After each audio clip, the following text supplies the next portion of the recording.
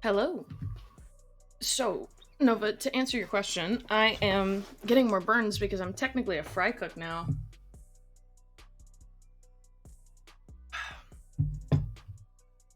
I need to change the music. I didn't have my headphones on when I put it on, so I just put random stuff on.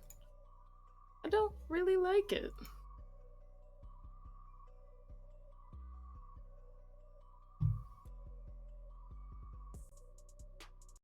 Stop playing.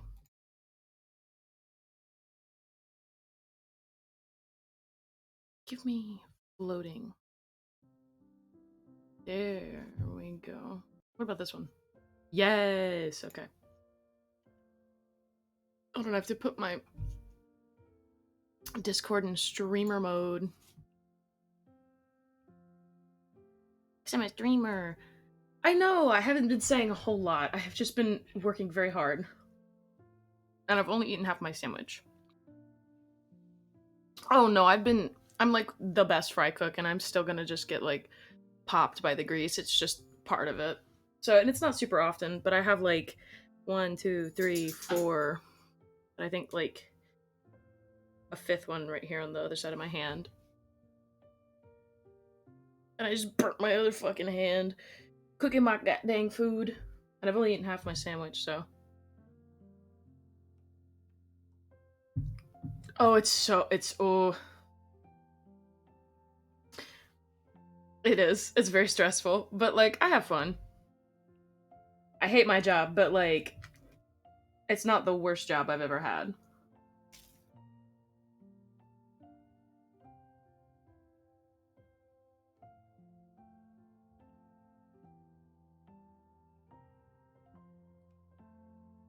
I am having fun. I'm also prep cook. So like basically I pre-cook all of the food that is cooked on the line, which is like technically the kitchen. So like I cook like massive amounts of like pasta, rice, I make a lot of pico, I make a ton of guac, I'm trying to think what else I make. I cook all the bacon that goes on the burgers. I trying to think about like what a normal day as prep cook consists of. I make the ranch, I make the salsa, I make corn salsa, which is like a weird like mix of like corn with lime juice and onions and jalapenos, and I make like all the diced tomato and the sliced tomato, and I'm trying to like picture one of my lists. I also cook ribs. I cook all the ribs that the restaurant sells. Ooh, inside? That'll get you pregnant.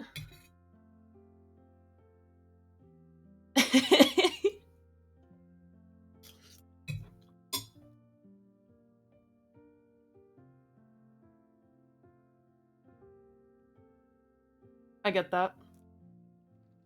Also, sorry for the food sounds. I'm hungry.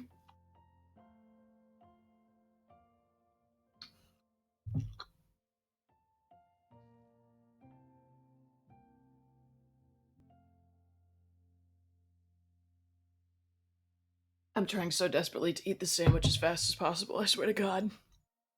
I need to tweet that I'm live. At least it fixed the baby fever. No, baby fever's still rabid. I am rabid with baby fever.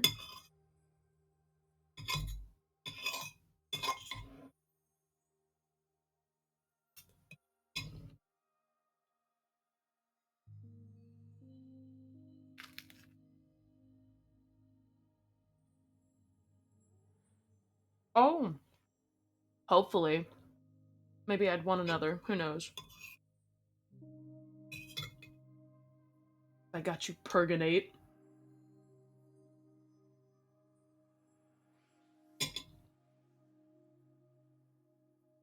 I promise you, anytime I'm silent, I have like the most amount of food in my mouth as possible. Urgent. Ugh, the sausage is falling off the bread.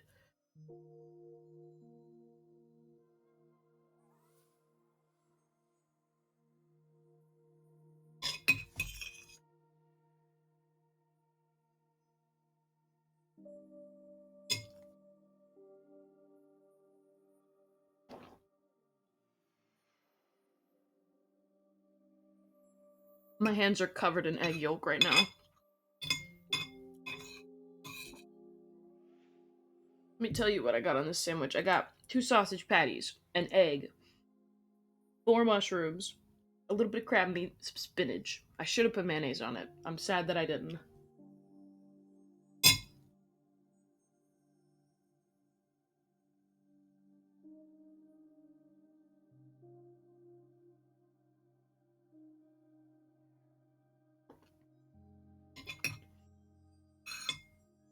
And I've got like a fat.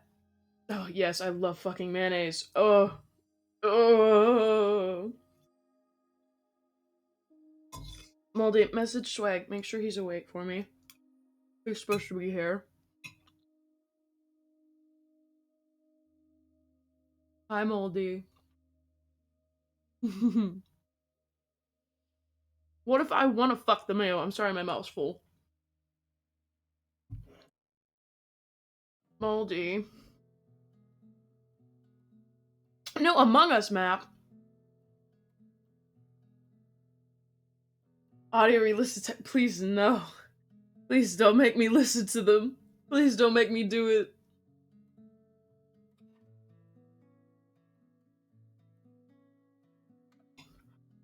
I do love fucking mayo, but I don't like it when other people fuck mayo. Only me.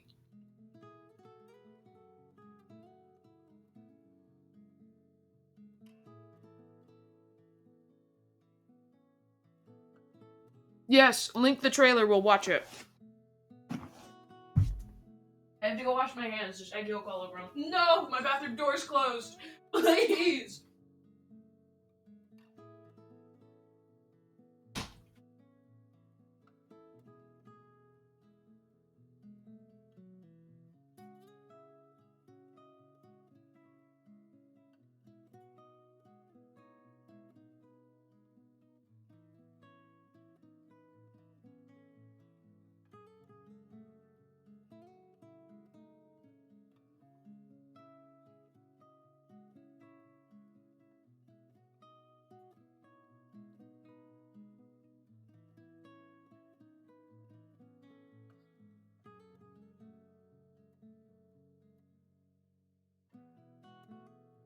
Oh, hell yes.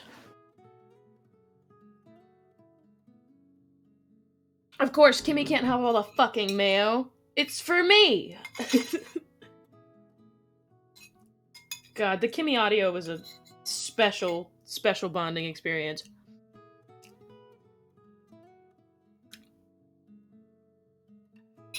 Alright. Food devoured. I have mango punch. This shit epic.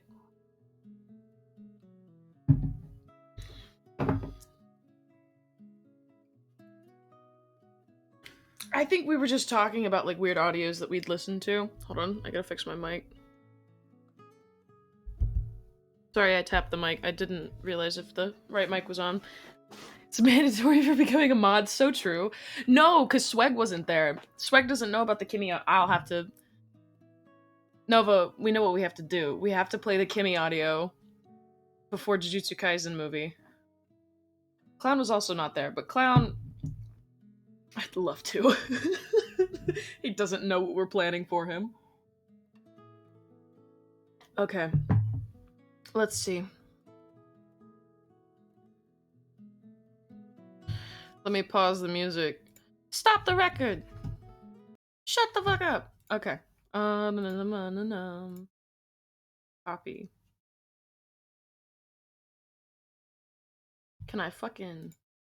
Oh, we just opened up. Okay. Epic. Pause. I want to pull this up on the screen.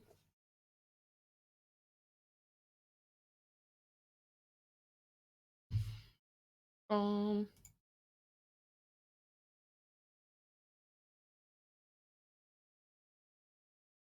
let's see. Here it is. Oh, it's working. Okay, hold on. I need to grab my phone so I can chat while we watch.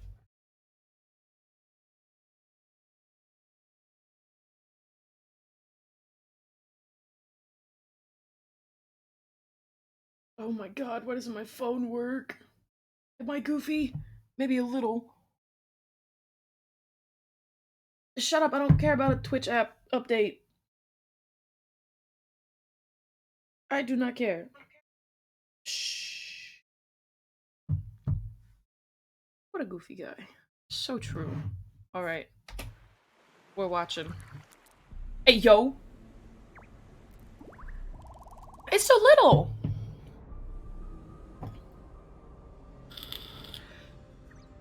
Did they finally find land?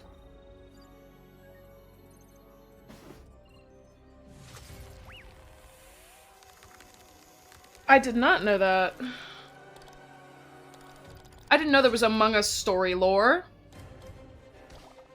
Mushrooms. Moldy, is that you?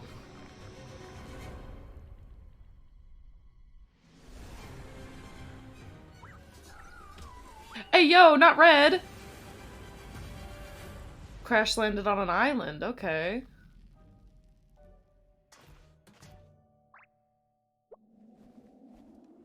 Hey, yo. Why is it so intense?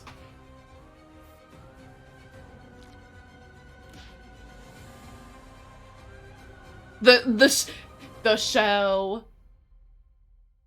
The fungal. Oh, hell yeah. Alright, let me go back to chatting while I change that screen capture.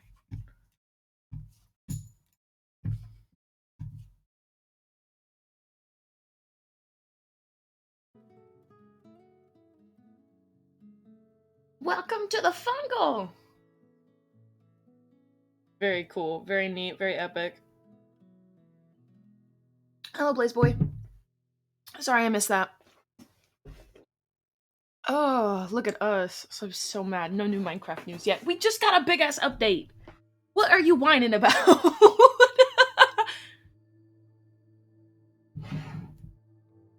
Estimates, you kids in your fucking Minecraft. No patience. It's a yearly event!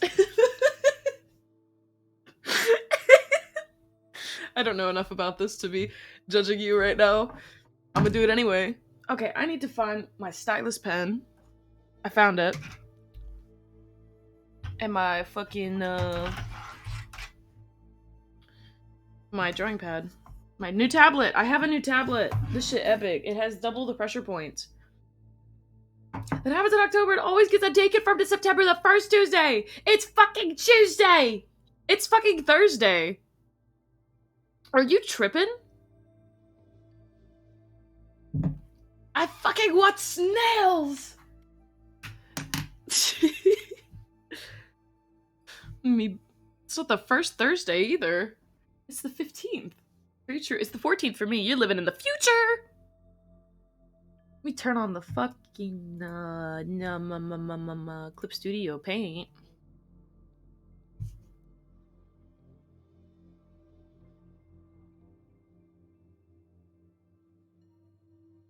Let me exit out of that bit.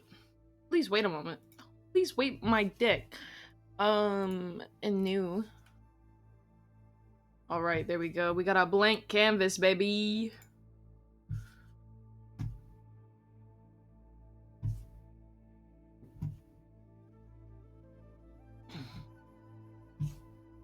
Alright, we're here.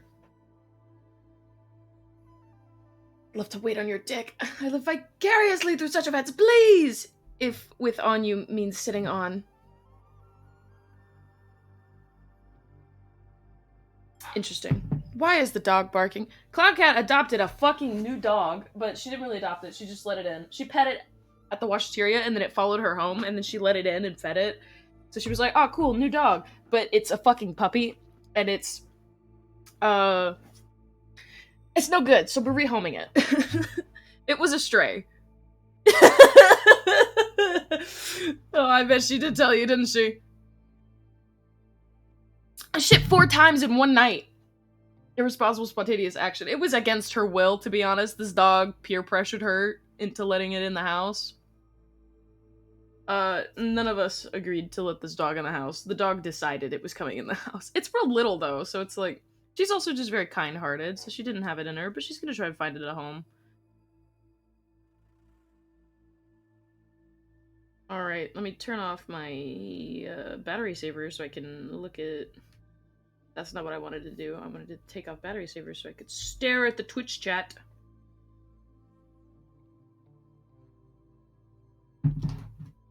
Now, if it was me, I wouldn't have let the dog in the house. I will not lie.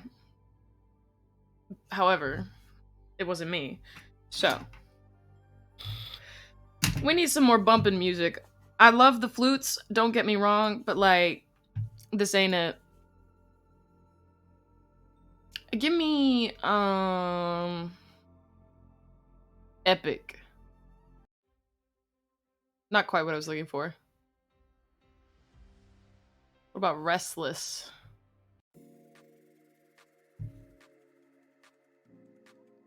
Okay, I'm vibing to this. Do we know what we're drawing today? Bejeweled got a banger soundtrack. Wouldn't be in any stream if there weren't music issues. So true. Bejeweled original soundtrack. Draw me. No, I already know what I'm drawing. I was getting you to guess. Guess what we're drawing. It's literally in the stream title.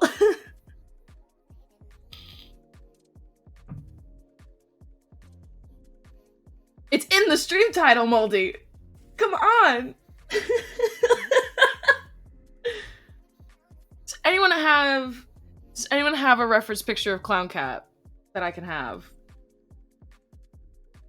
I think I have one in my Discord DMs, but I'm not sure. Let me search. As image. Hey yo. Song got the Bed Creek in her server announcements. Gotcha. Yeah, but that's not like a reference. There's a reference somewhere, like a reference sheet.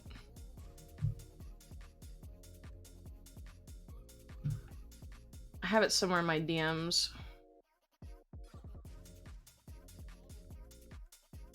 I'm literally looking for it right now. I don't know why you're crying. Stop it.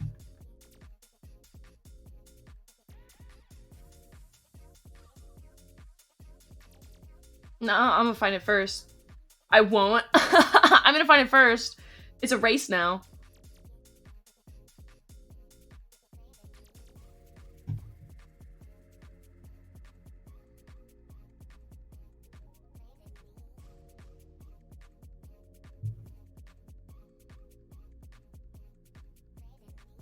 There's my reference sheet.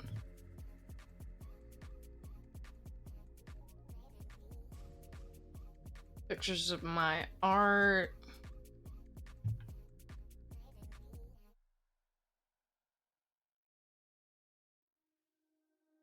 That is a corn. That is a candy corn butt plug. That is a picture of a candy corn butt plug. What in the sweet fuck?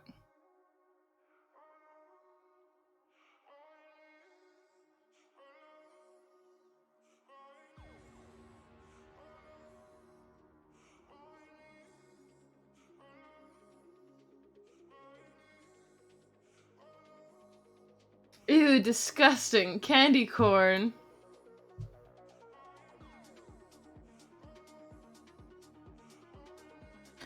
Oh. Forgot about those pictures.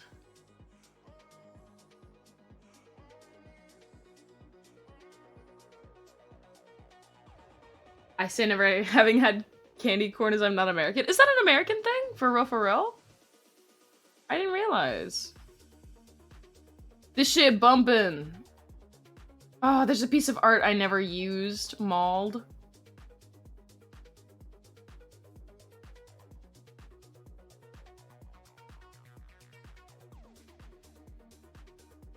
Okay. Almost there. Oh, there's my first tattoo.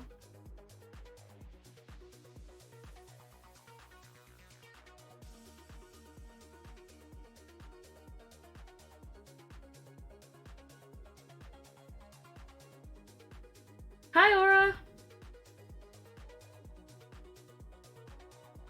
Oh, it's the yellow one. Where is literally any picture of Clown Cat ever?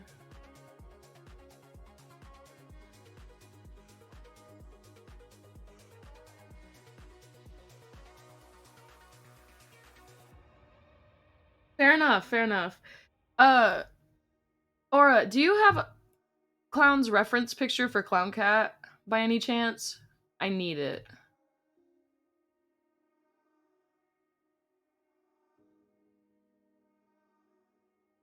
And I'm looking desperately for it. And I cannot seem to find it. Oh, that's when my hair was like real short. That's like 2 years ago. Good God.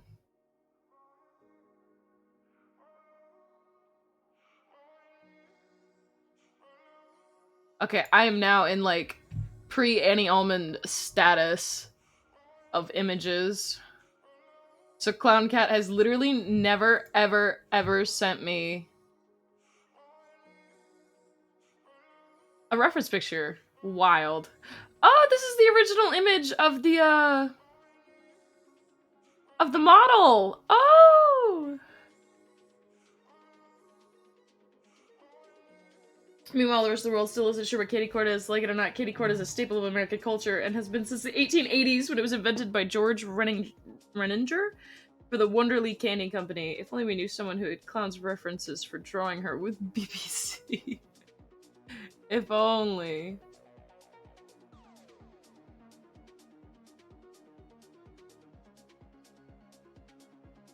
Okay, yeah, I don't have it. It simply doesn't exist.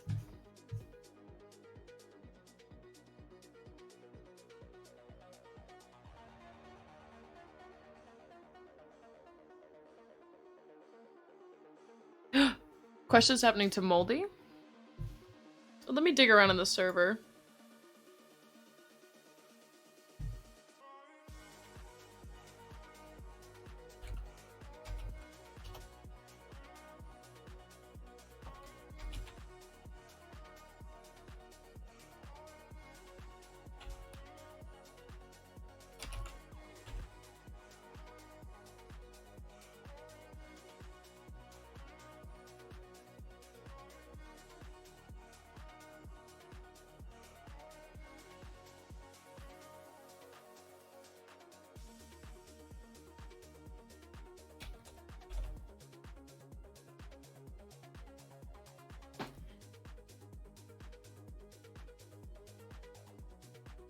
Let me see.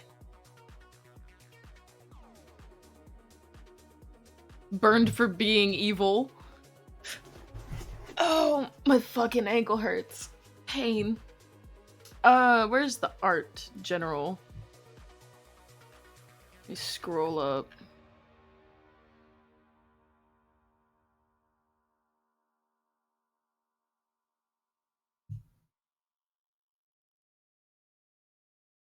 Interesting.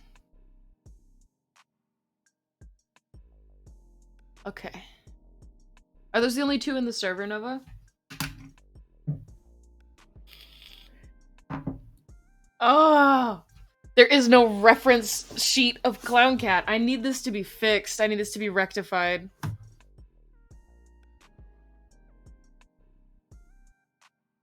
That's fair, Moldy. Okay, so I don't think I could put that one on Twitch, so we're just gonna have to use this one. Kaiba Cat. Alright, file, import. We finally have something. Where is the Kaiba Cat? Is it in downloads? I bet it is. Yep. Alright, we've got Kaiba Cat as a reference.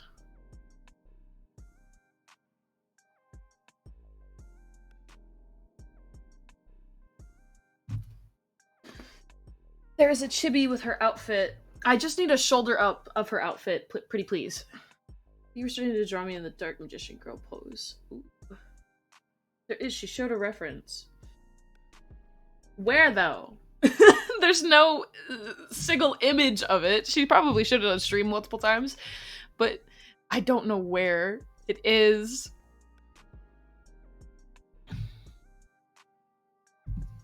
Deeply frustrating.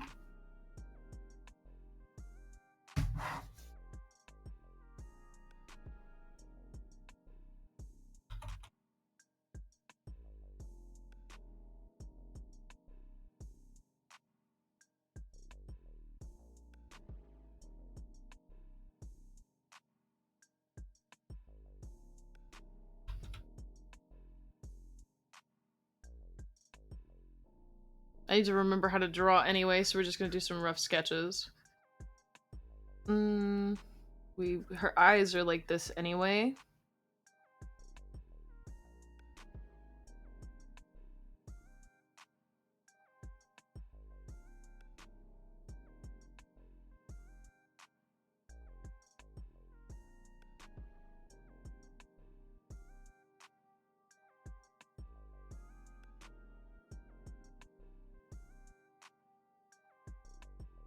I know that there's a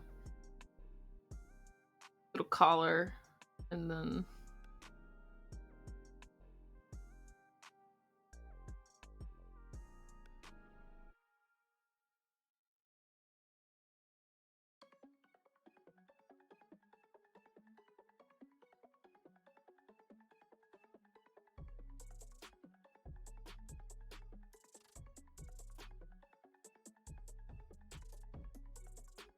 let me see the ears. You said shoulder up? Yeah. In a VC. I'll get it 1 sec. Thank you, Moldy. Not really a reference image, but I found something I sent to you. I need the GIF because she made the meme using her model bust up. Okay, let me see. This is true. Very cute. Thank you. Thank you, Aura.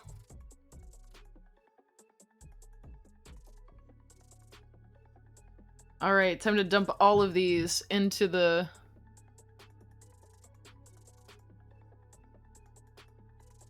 A file import failed. The fuck do you mean?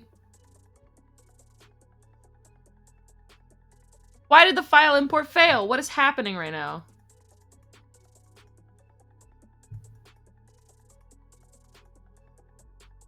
That didn't reply to me? That was so easy. Found it. Get wrecked. That was so easy. What do you mean? I'm in streamer mode, so I can't search by username. Ugh, what is happening? Oh, it's a JPEG, that's why. I need it as a fucking PNG.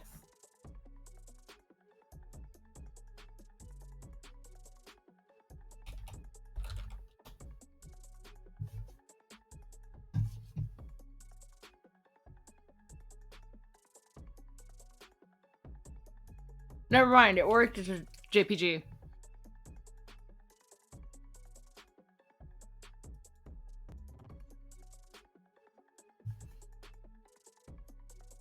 I sent it, or something Annie said at the time. Something Annie said, I sent. Bro, I'm deleting it now. What do you mean?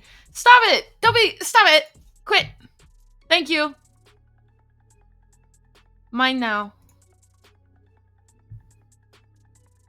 Oh yeah, this is the second iteration of the, like, clown suit. Open. No. Import. Oh, it's so big.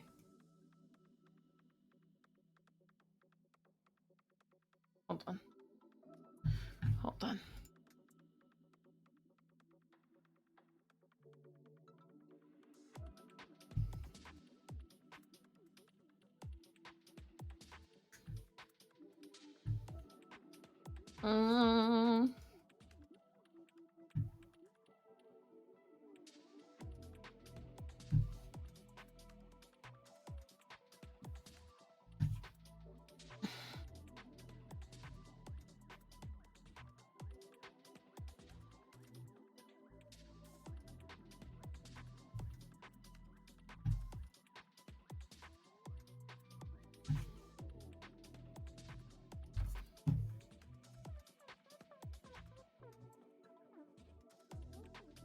Okay. There we go. Yeah, that's what she said. I'm trying so hard to draw. It'd be cool. And you guys are so mean to me all the time.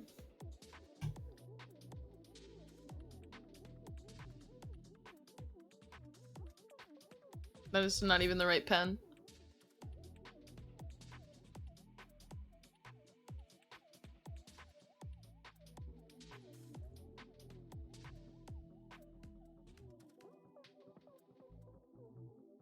Alright, and then we need a little party hat.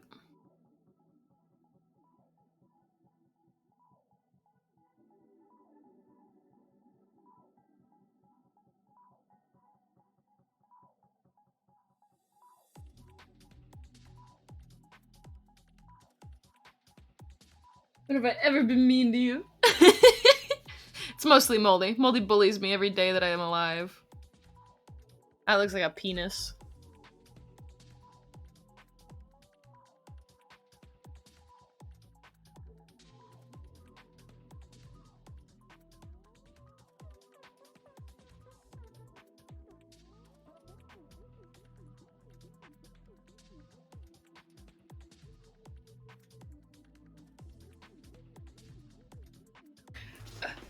I'm selling the koi. Their race segregation ways are no more. I do not bully. Lies. You are the biggest bully.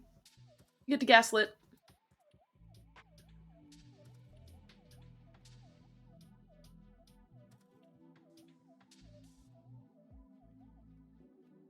So I like giving Clown Cat a big ass forehead. That shit funny as fuck. Now the question is, do we make them Gen 2? No, I'll draw her new ones for Gen 2. This is for Gen 1. Are y'all excited for Clown's comeback? I'm very excited.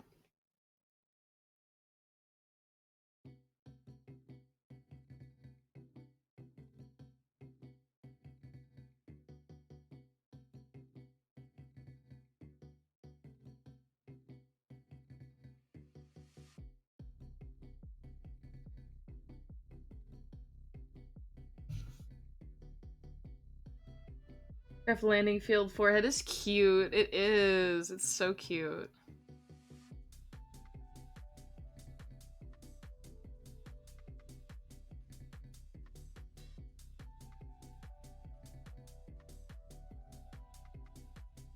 You bully a little deer. Oh, very true. Very true. I'm a victim.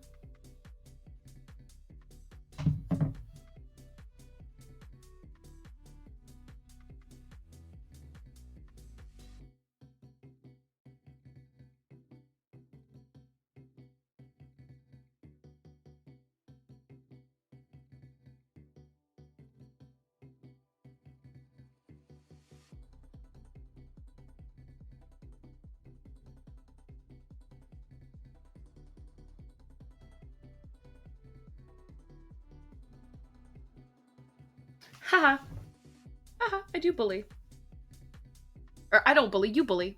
Your mom. I feel like the middle strand needs to be skinnier. And the nose perhaps a little bigger.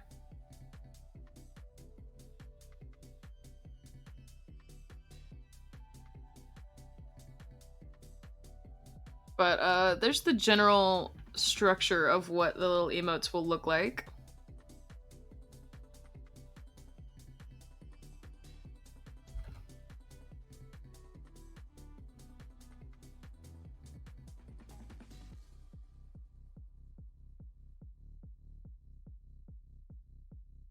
Essentially.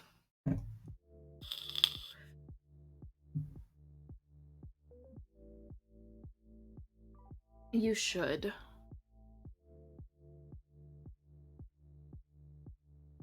Question is, do I make the eyes the canonical, like, fucked up one higher than the other? I think I do.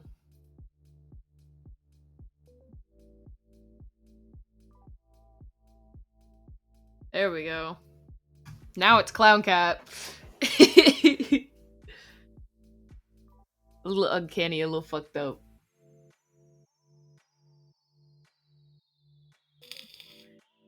For real, it's so cute.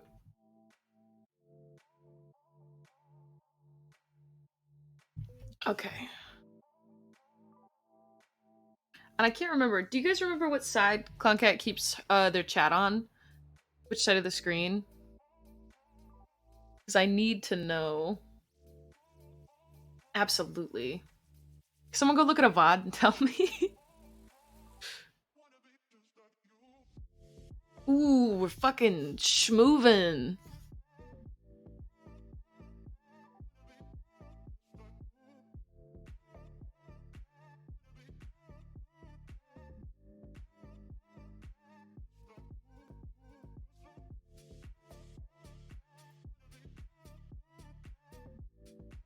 I know, but there's a VOD channel. Check their ads. Never mind. You suggested that as I typed it out. Now I want out of spite. Aura, do you want to be an angel? Go check. Since Moldy's being a brat. What were the expressions? Hold on, I need to check. Yeah! Okay, I need to check my messages with Clown and see if they specified whether or not she wanted the same images as me or not.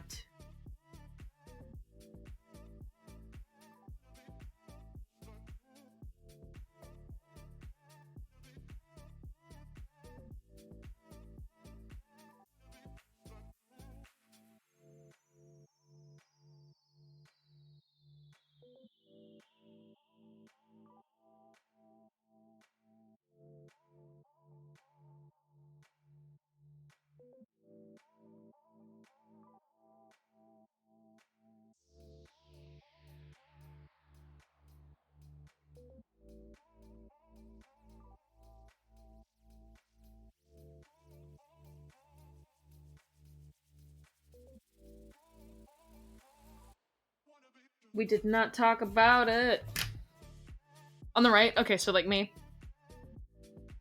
Her massive forehead.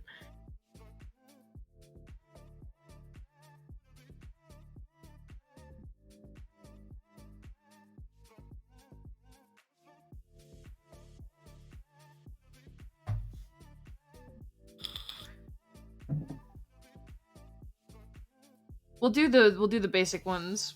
Actually, it's a good forehead. The chat is on her forehead. See, I'm over here in the corner away from my chat. Social distancing. No more parasocial relationships.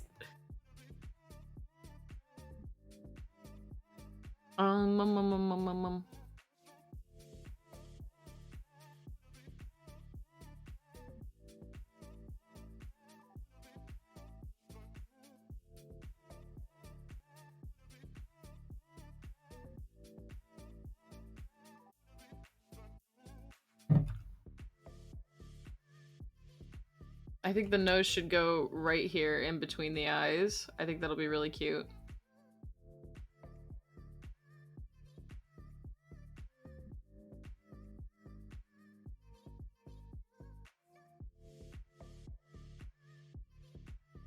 If I don't succumb to parasocial relationships, I won't have any left. Listen. Listen. You know what? Maybe just a little bit, just for you. Looks like a little koala. It's pretty far down the face.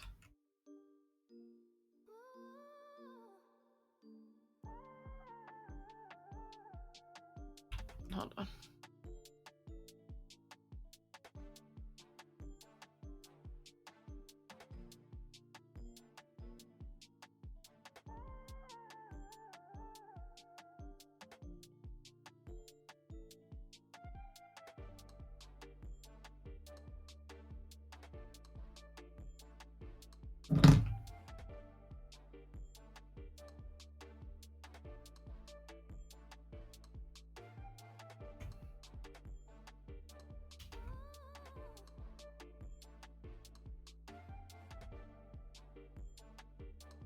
Wish I knew how to draw heads. That would be epic.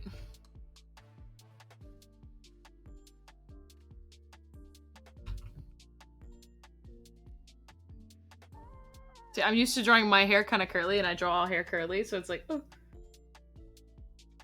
I thought we were Gremlin Duo SMH.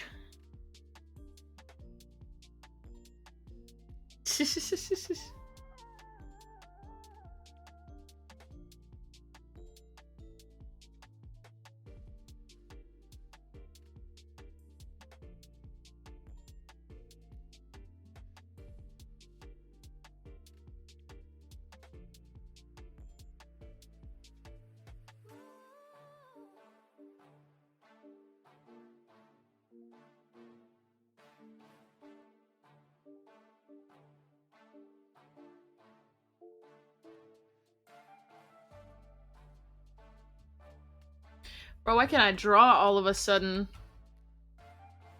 Just whack as hell.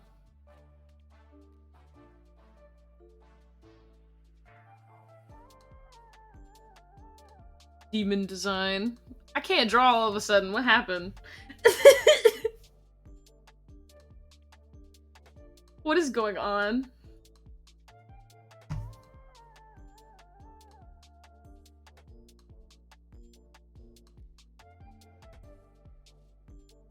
All right. I'm gonna take a little sippy sip of juice.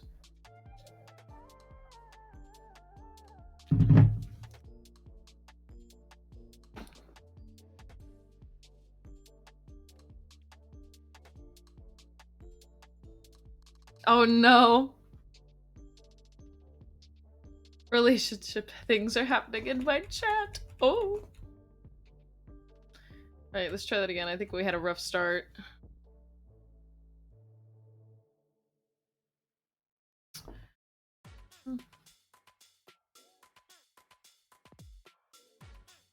I think a bigger cheek would do clown justice.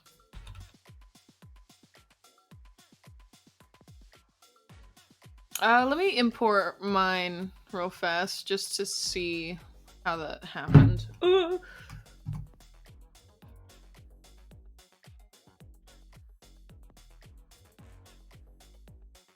Oh god.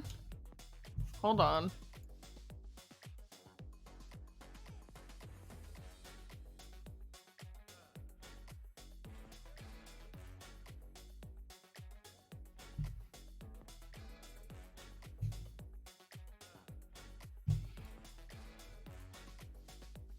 Look, they're besties.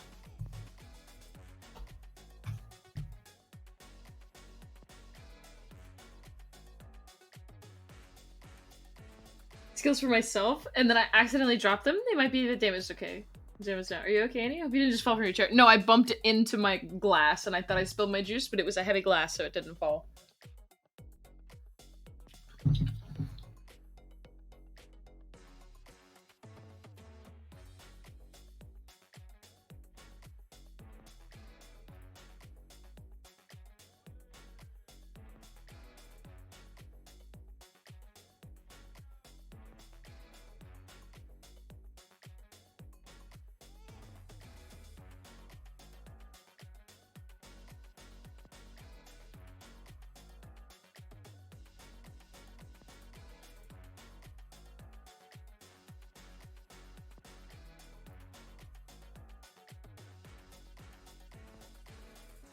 Hold on. What we'll do is we'll pull the eyes farther apart.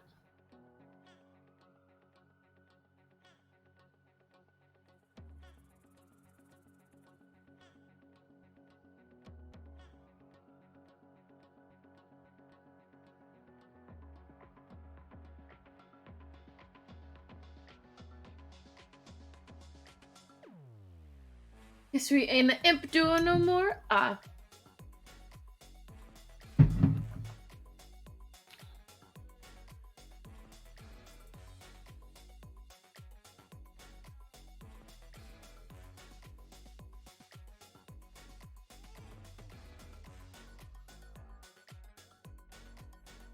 Hold on, we need a folder. We gotta have folders for this shit.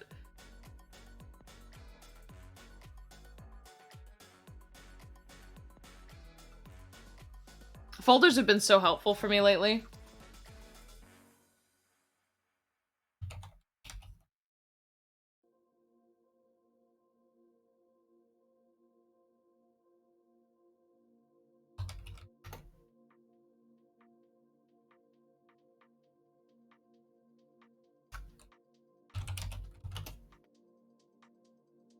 We are. Oh.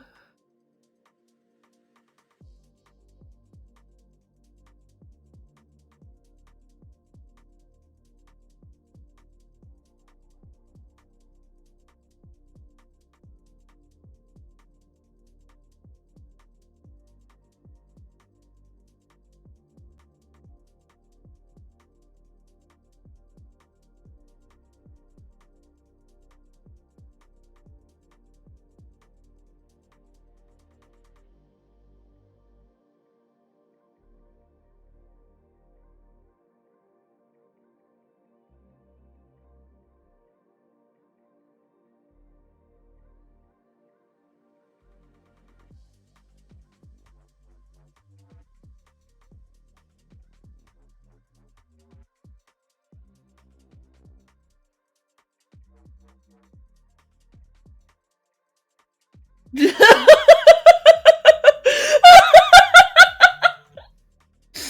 act as if you weren't obsessively putting every single note and file you have into various folders fit for hyper-specific situations so you can feel like you have some semblance of goodness and order in your life. It's kind of weird, Shay, I'm not gonna lie. Listen, I like to file. Trying to figure out a simplified way of how to do this. There we go. That's cute.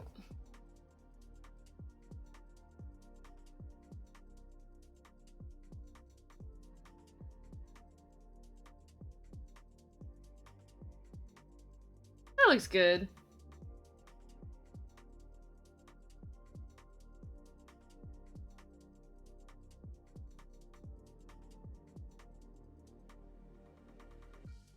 What do you mean, what? See, I thought you were referencing the files that I had for a while there.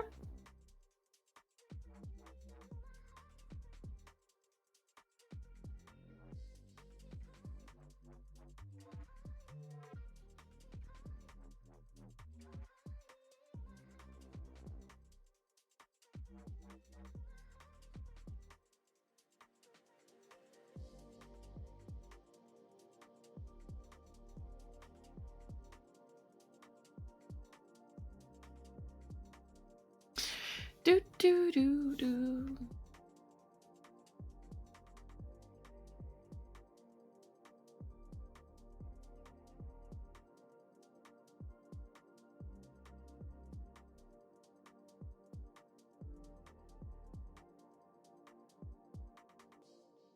Some new development, not a weird obsessive compulsion to do that. Exactly that, like the rest of us. Well, it is new to me because I haven't used it in art. Like, I like it now. Help me. It's nice.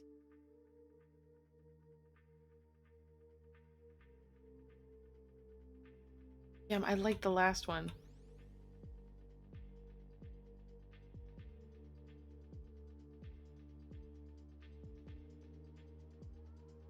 It's new to me, Nova. Because I would always forget that I could do it.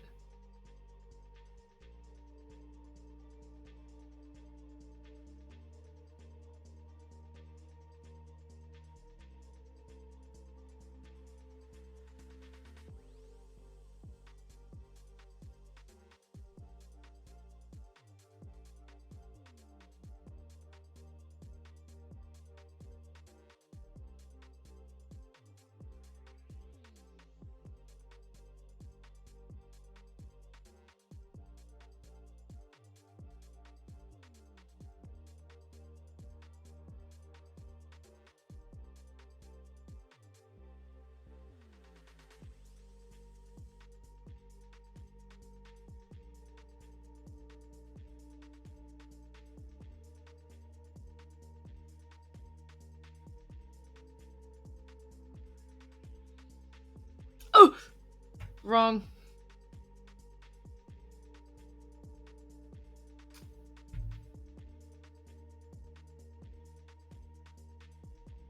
Let's see.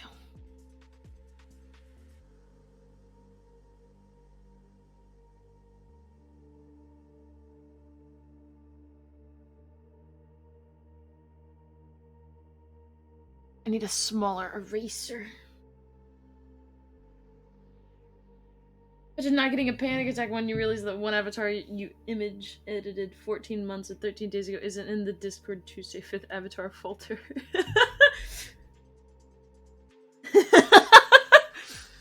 Listen.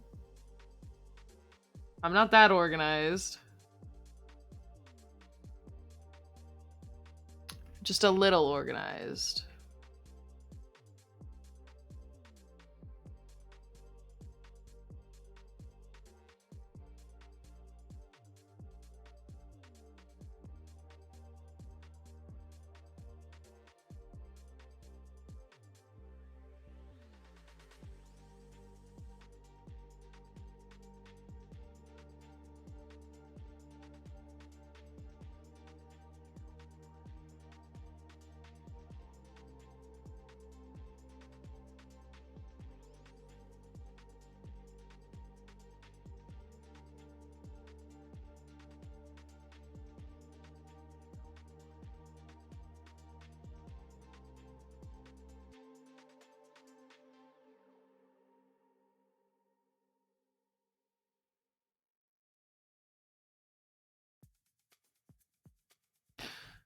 think that looks kind of good.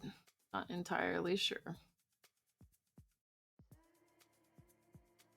It's a little rough draft for the happy one.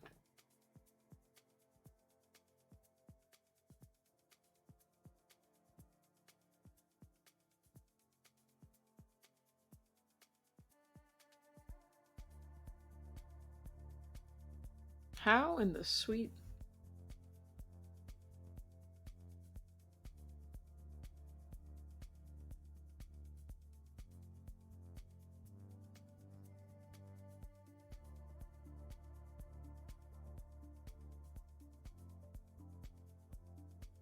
Oh, it's a multiple layer brush. That's why. Oh, okay.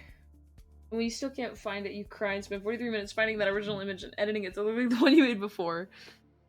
Damn, that's rough. Why do you do that?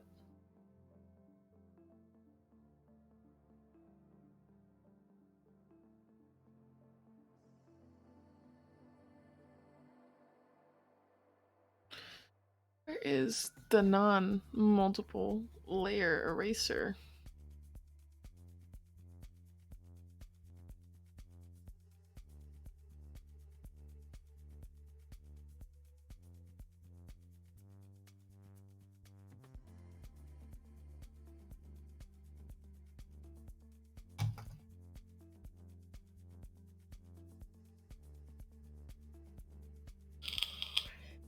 But there will be something up. There will always be, and no one will notice, but you see that the image is 3 pixels too far to the right. That is the eye of an artist, my friend. I feel like this looks a little gooby, but like, we're here for it.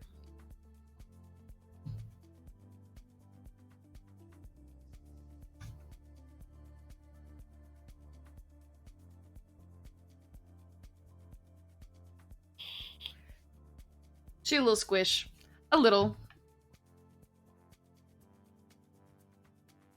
Oh god, I erased up here on accident. It's gone forever. Pain.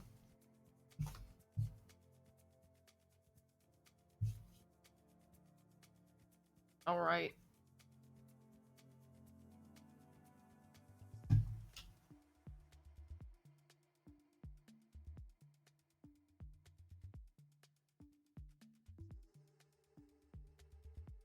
Little squishy cat. I forgot the hat!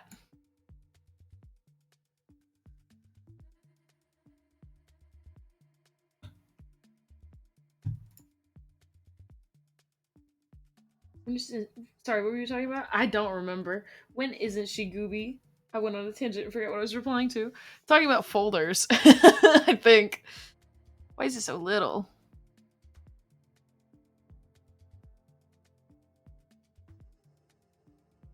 Does the hat go in front of the ears? It does. But like it looks cuter in the back. I like it in the back.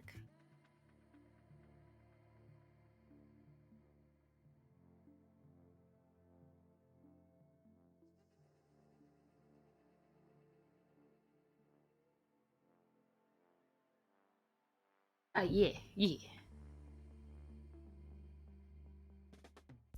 So cute.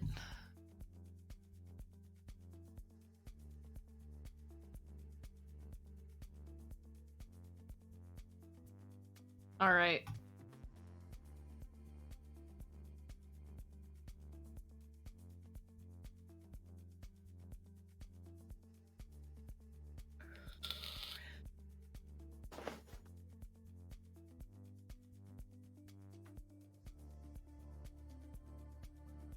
All right, let's get this one out of here. Not that one.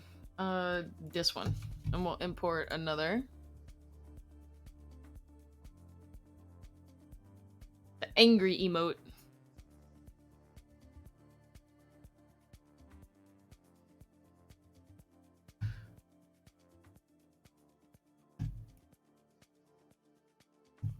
There we go.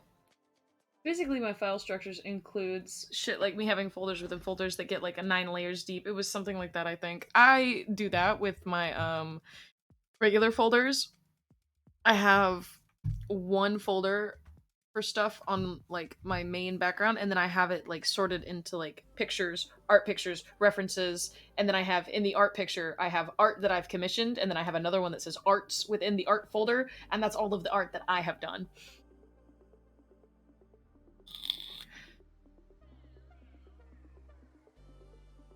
We be going a little deep in the layers.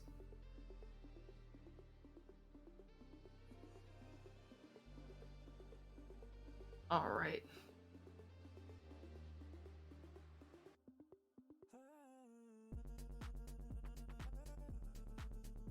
I don't like whatever this guy's doing in the background.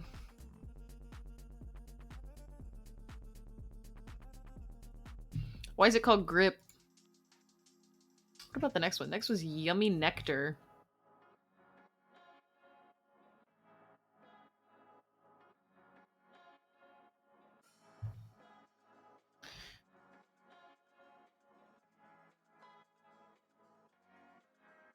Or my tummy rumble funny? No.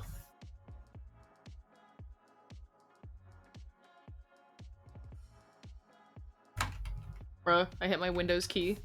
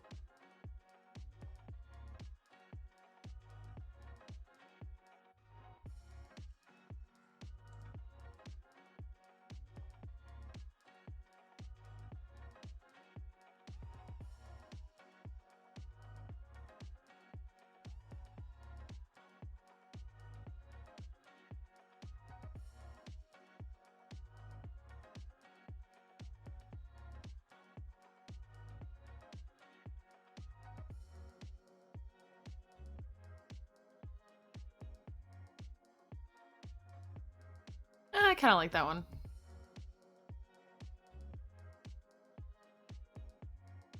Art, pretty much like that, yeah. Stuff like that, except for not for art, because apparently the more I draw, the worse I get. I still can't believe it. You for like 9 years. My 4th grade art was just 10 times better than my 9th grade art. I just have to find a style that suits me, and then, you know, practice enough that it actually looks decent.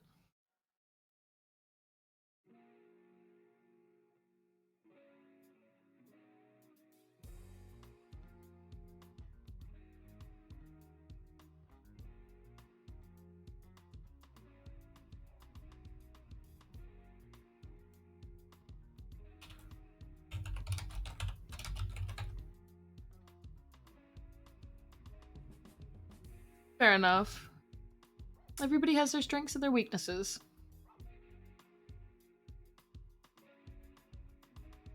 I lied. I don't actually like this face at all. Oh!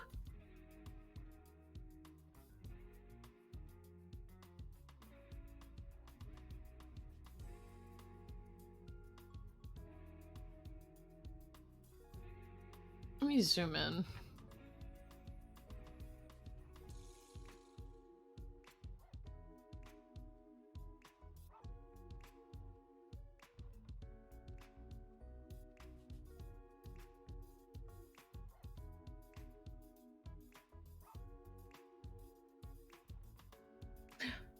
Swag's here! Like, through the years of perfecting it. Yeah. Yours looks so good too, by the way.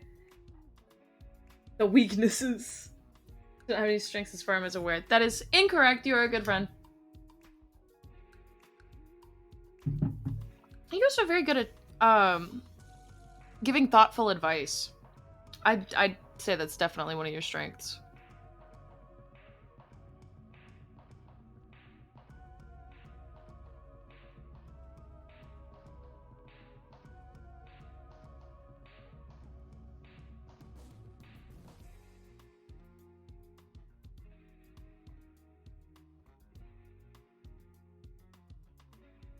The issue is I can't go as high as I want with the mouth on this one because of the little fucking nose.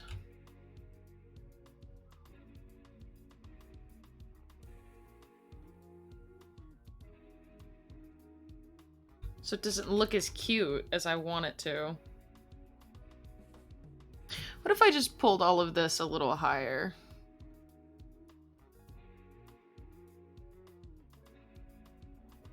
See, then it looks a little silly.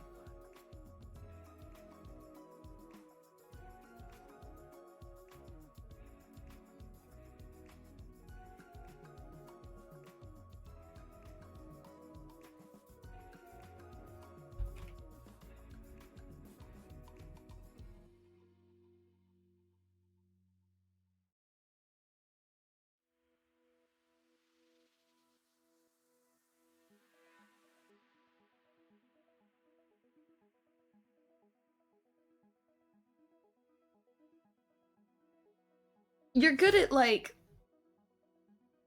understanding other people's emotions. Because all the emotional advice you've ever given me, or like the words of kindness, those have all been very good.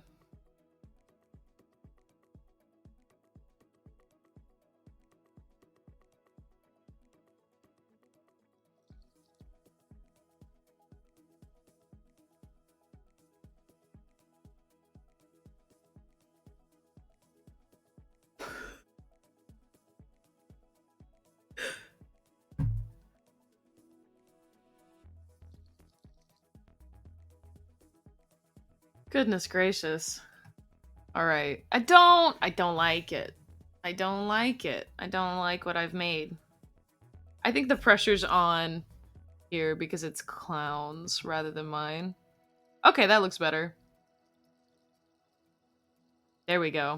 That doesn't look too bad. I think I'm gonna go get some juice real fast because I'm out of juice. So we're taking a little break.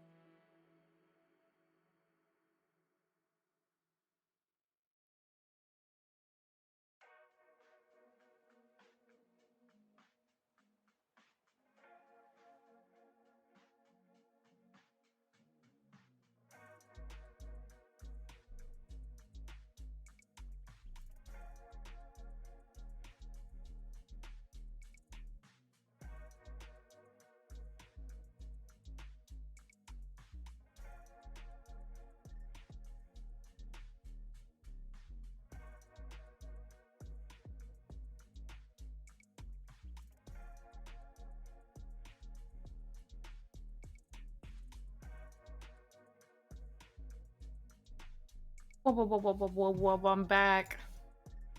Back to the drawing. I got more juice.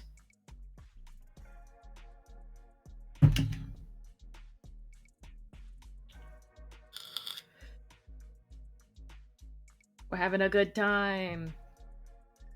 I just slurped hella juice.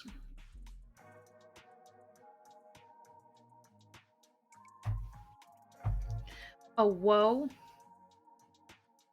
Nova name reveal?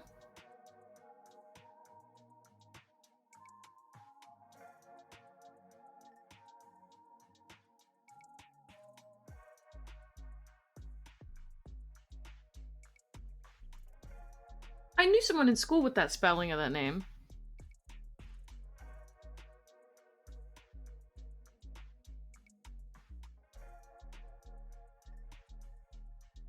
Fair enough.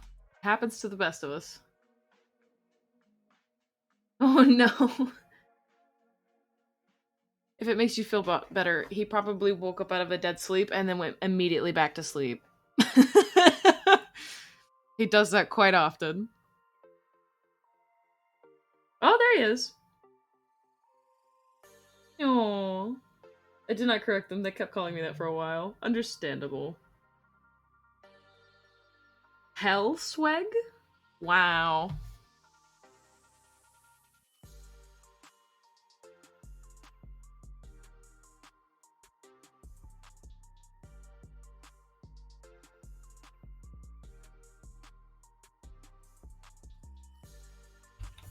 It looks better like this. I can't draw the... If I draw this, it looks fucking weird. Look, there he is. To say the Swag Doge fan club. That's it. He's never coming back. We've chased him off.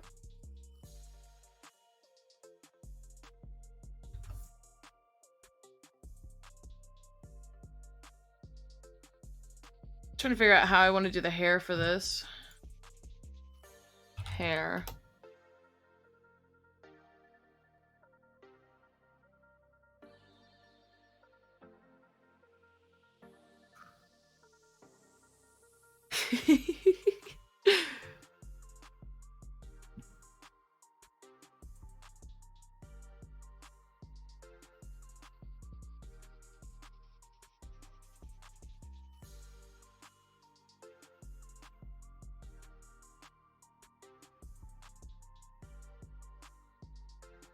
I think I need to make the canvas bigger.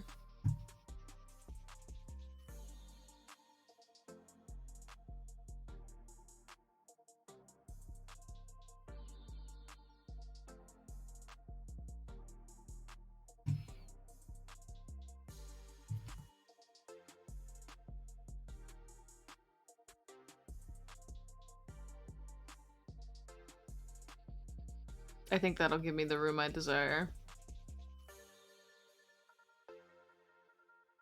No. What will we do with our Lord, Master, and future President of the USA now? I hate how I genuinely have no personality, nothing to say unless I'm memeing. Memeing is a personality! And that's not true, because earlier you were talking about files, and I think that was personal to you. Therefore, you have a personality. I think you're just convincing yourself otherwise. Stop gaslighting yourself.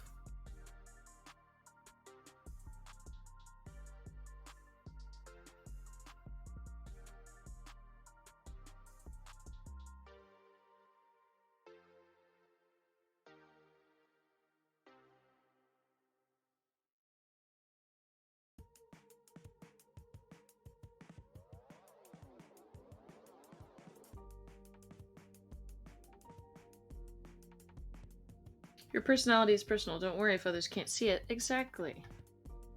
Sometimes it's not for everyone to see.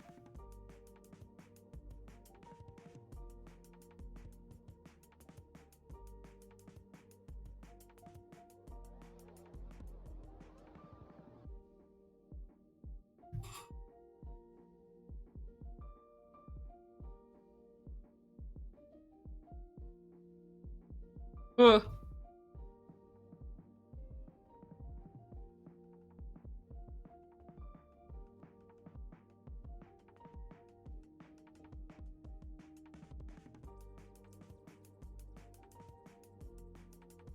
AVPD does come with a free bonus of innate inferiority complexes. Love getting 3 for the price of 1. Bargain mental illness. We love a good deal.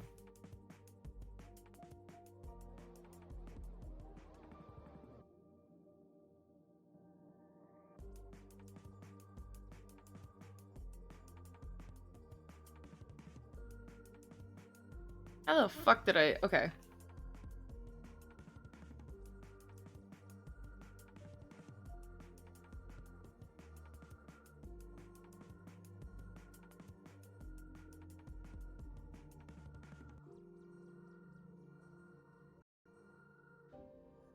This doesn't look even remotely correct. It's because it's not.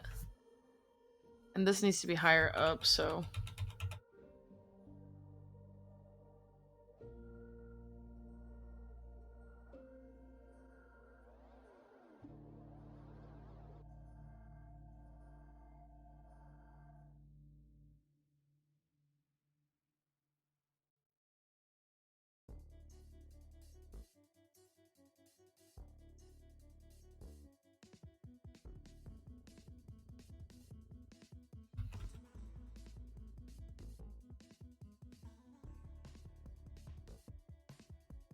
Hold on, this would be pinned down.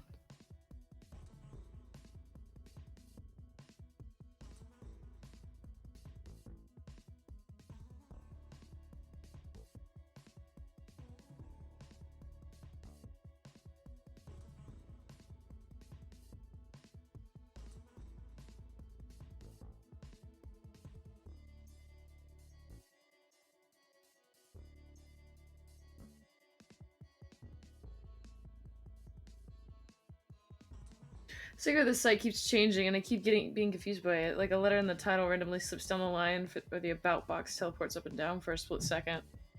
Twitch a little funky. That sounds uncanny as hell.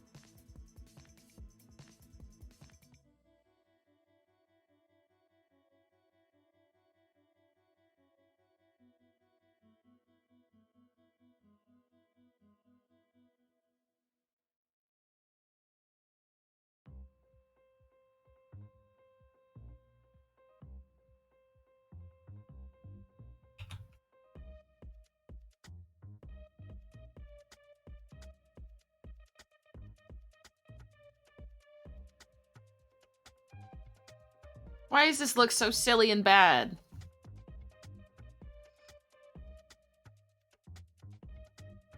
Fucking excuse me.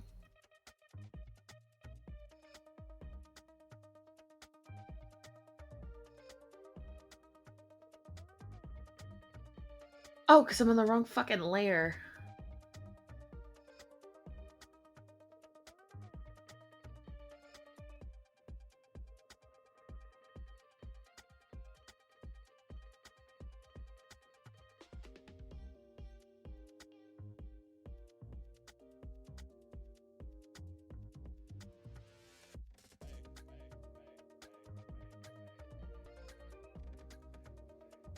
Clearly wrong, it's silly precious.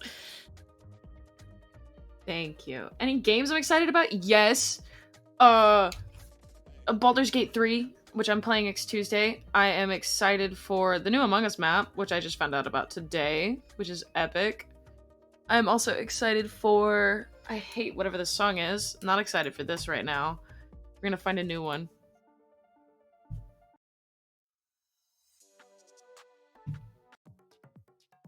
Why is this so goofy?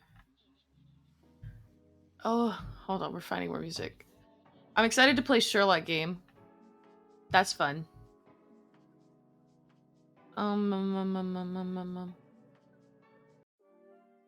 No. This is good. We'll take this.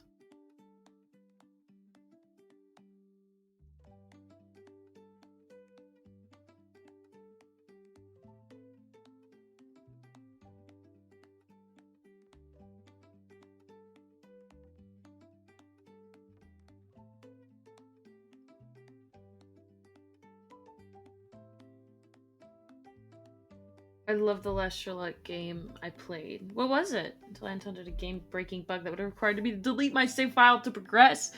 Ah! It's horrible. Viva Pinata Night 1 music is good. I know, but is it royalty-free? Is it copyright-free, though? Is the real question.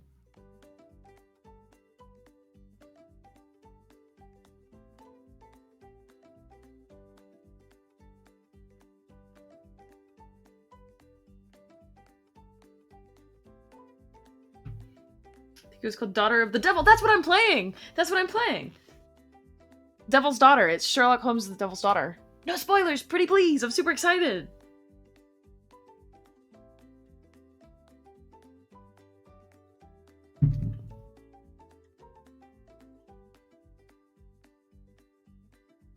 Wowee!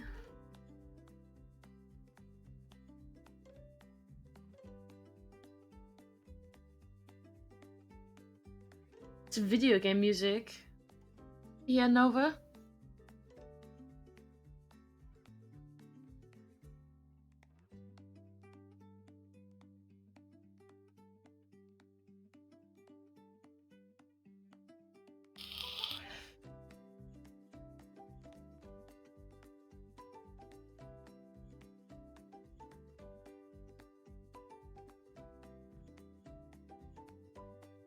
What did I draw this on?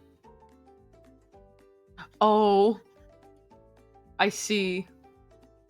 I literally don't remember anything except that there was a shed. I don't remember anything about it, the context of which it existed, what purpose it fulfilled, or anything. Just that there is a shed. You know what? I'll take that. There's gonna be a shed. That's gonna be the stream title. It's gonna be like, let's find the shed. I hate how this looks, for real, for real. So we're gonna fix that. We can keep that bit. This bit here, though, needs to fucking be done again.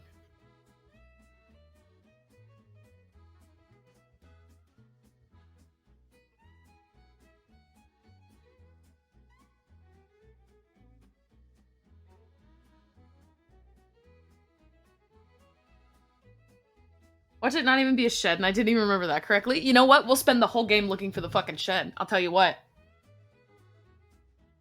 We really will. I will waste every second of the playthrough looking for that shed. Unapologetically. Why does this look so wrong? Why is her shoulder so big? There we go. That's more appropriate.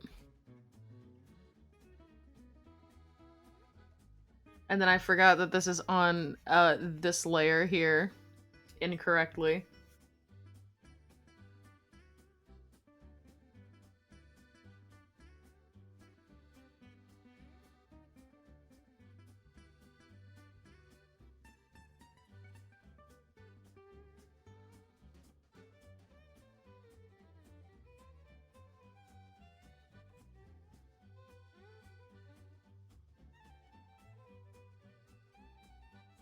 There we go. That looks somewhat better.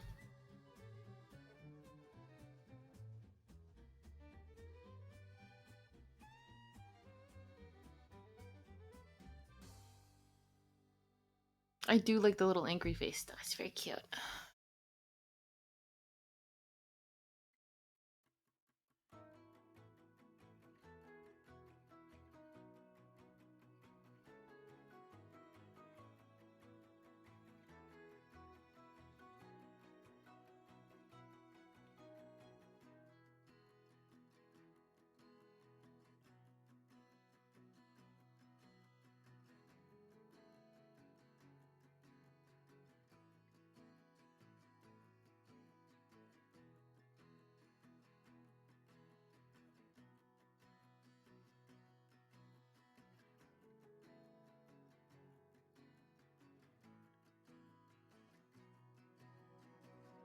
Oh, interesting.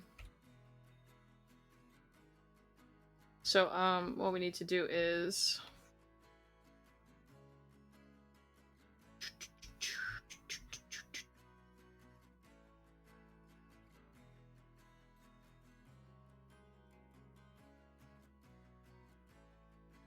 There we go. Okay.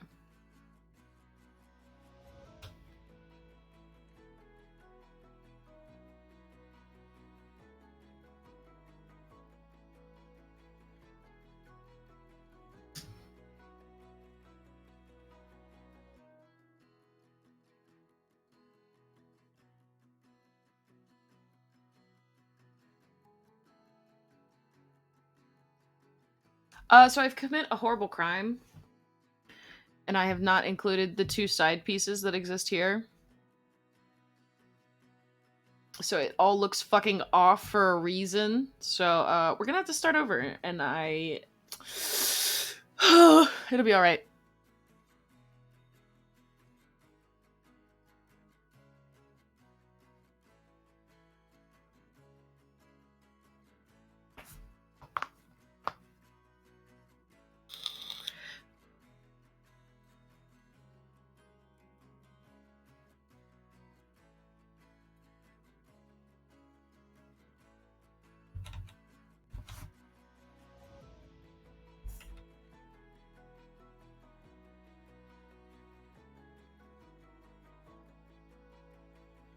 Practice! Yay!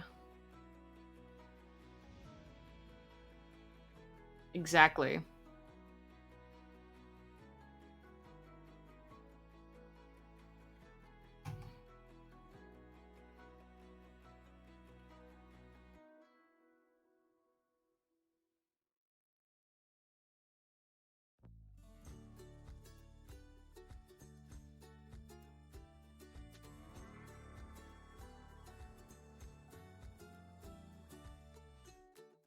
I don't want to make the eyes more scribbly anyway. Give them more character.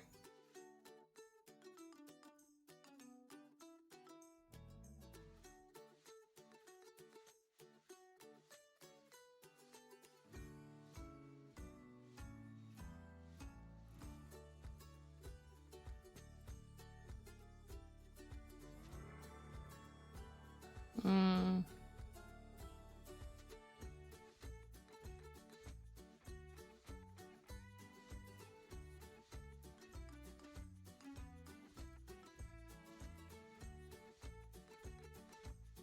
A lighter pink, perhaps.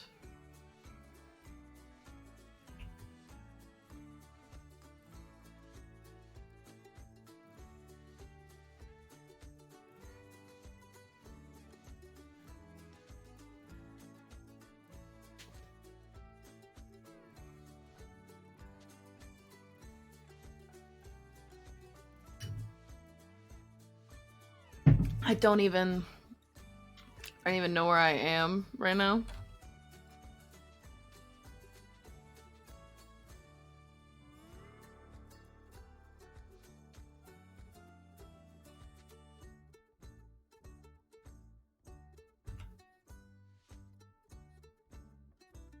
Where are we?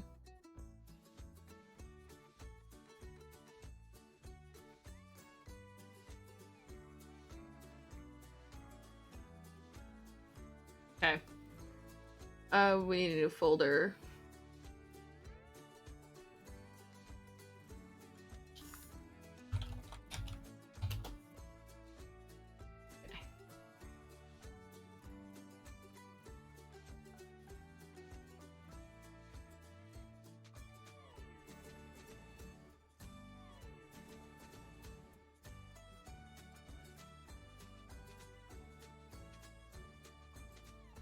My taste in music is all over the place, but my 4 favorite video game original soundtracks, if I remember correctly, in no particular order, but the one I remembered them in, back to Xanark Land from Final Fantasy X, FFX 2, right? Yeah.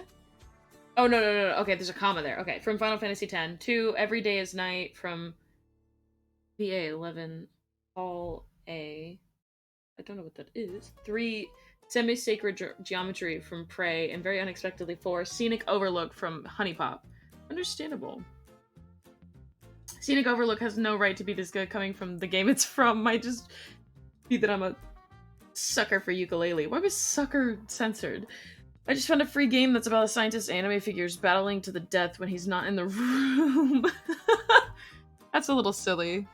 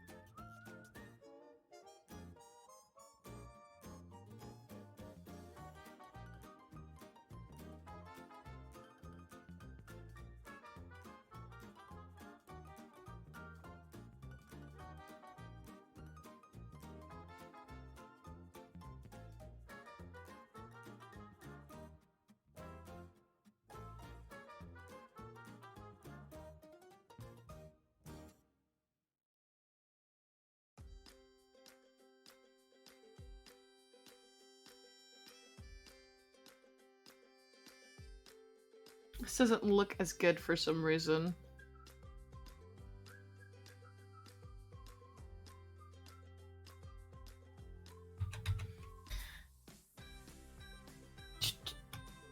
What is this? VA 11 Holiday. I've been waiting on its sequel like 5 years now, I think. Why are you crying? Why are you crying?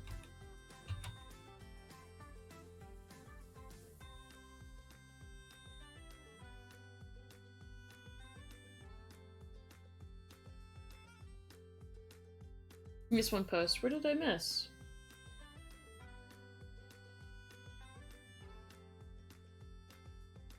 Oh, Valhalla. Okay.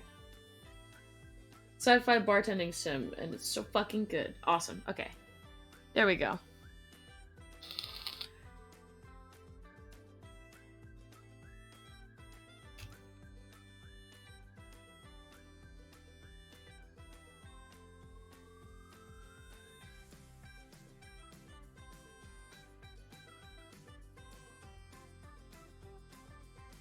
I'm sorry, I did not mean to.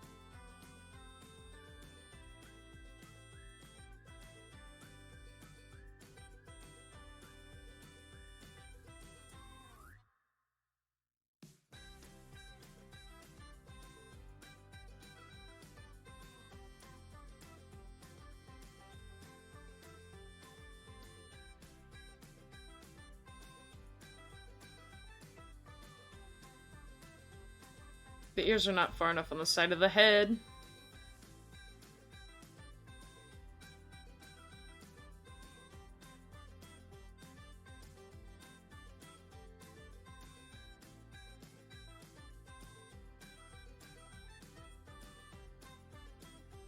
But yeah, Nirvana is in like a bit of a development hell. They had to completely restart and are remaking it entirely from scratch a second time? Jeez. I figured out how to say that one.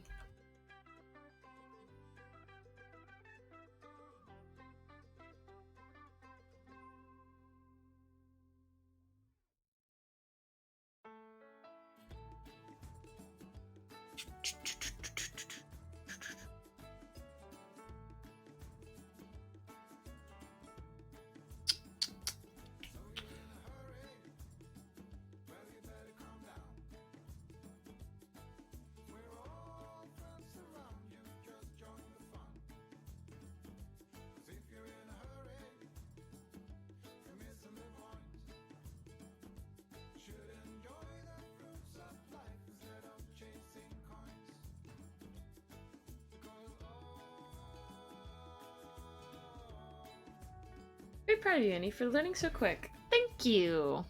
I try so hard.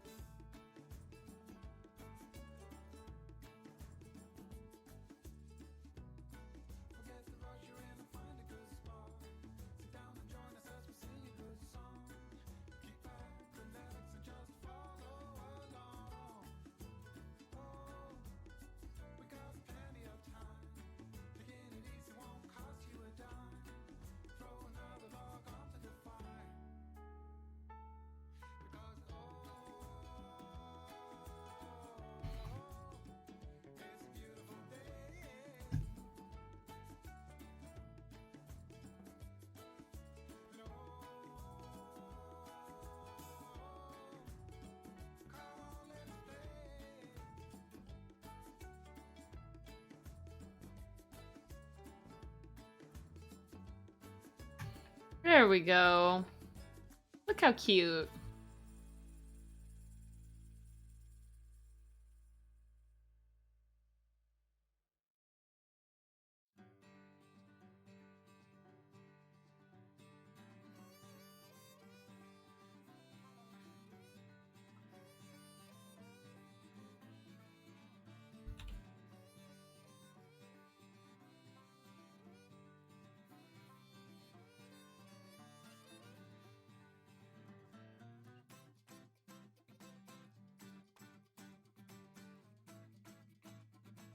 Very much appreciated. Thank you. Appreciate you.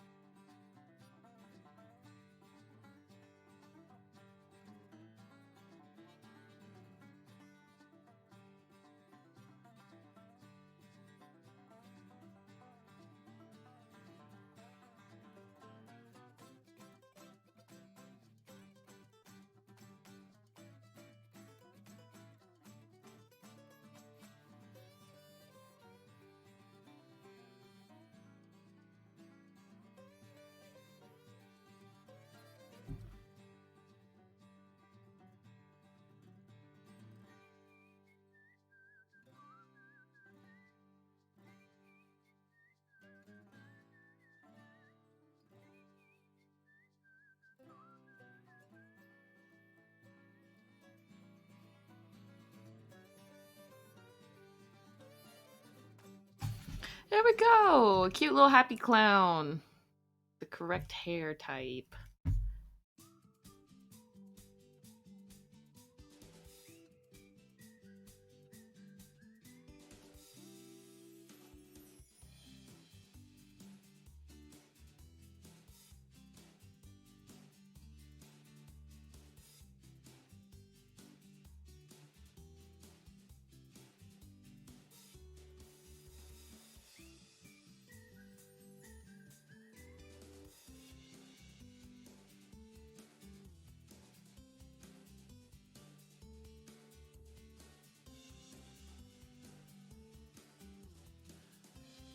I wonder.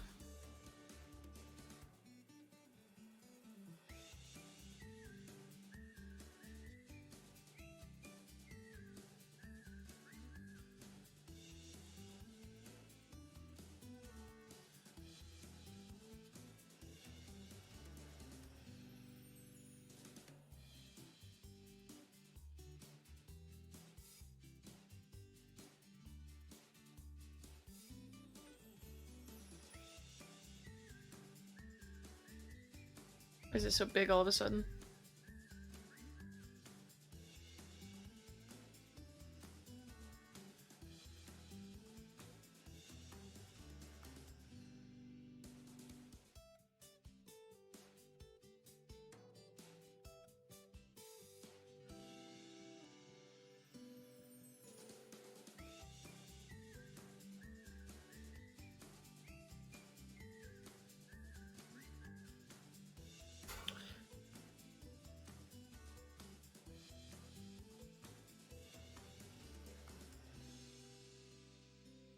Just found out they completely stopped working on Nirvana until they finished an entirely different game they've been working on for like 4 years. No! I'm so sorry this is happening to you.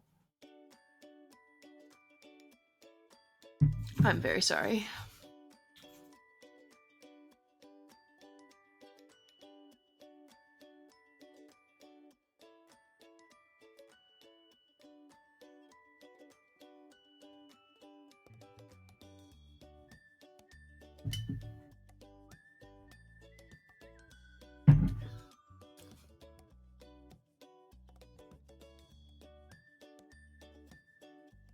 The good news is we have a very cute clown cat on our screen.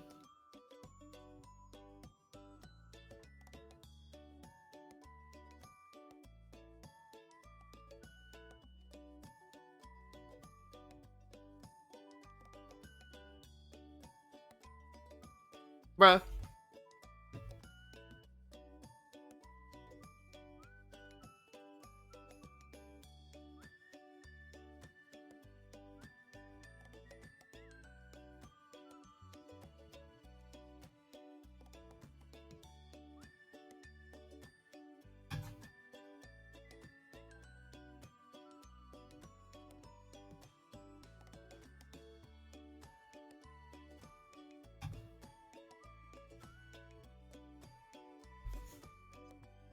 Ba, ba, ba.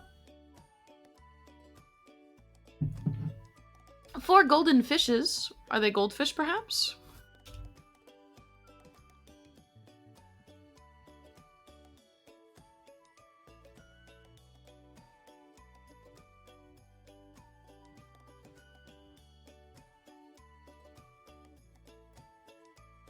I just want to mix drinks, change lives, and give people severe alcohol poisoning when they don't care how much alcohol is in their drink.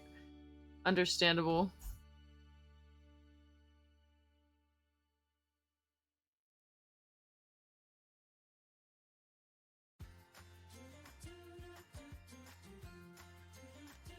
See, now it looks too girly when you zoom out. It looks like there's like eyelashes and stuff. Not my intent.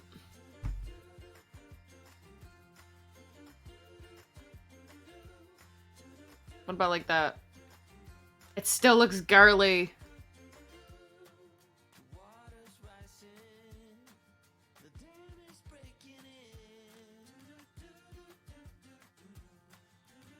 Not what I wanted at all. Oh.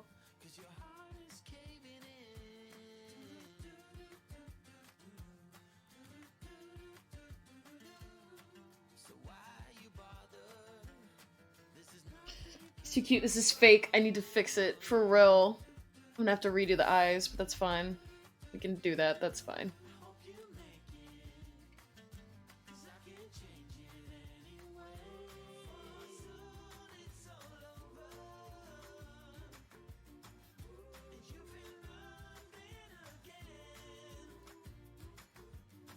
That's kind of cute. I like that one.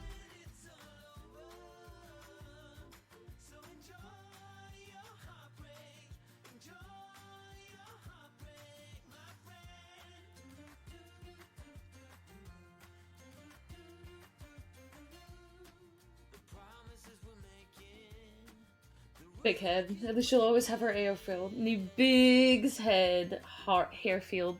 No body required. Very true.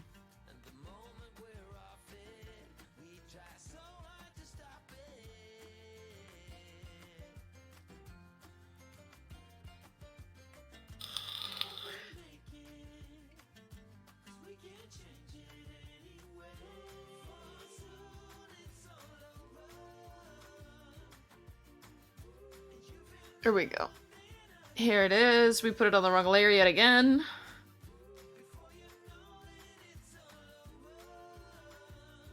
It's a good song.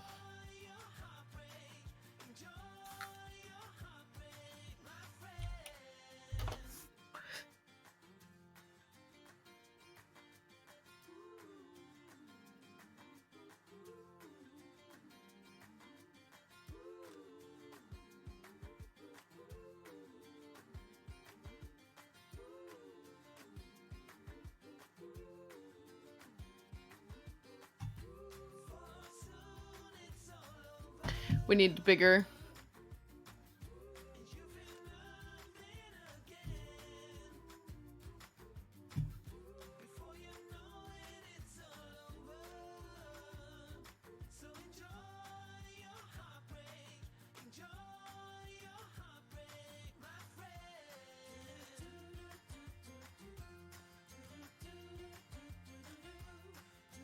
Nostalgia for Valhalla is taking me over. I might change my avatar to Julia and Stingray, Dorothy, or Dana Zane for a bit. The world could always use more Dana Zane. Aw, I'd love to see it.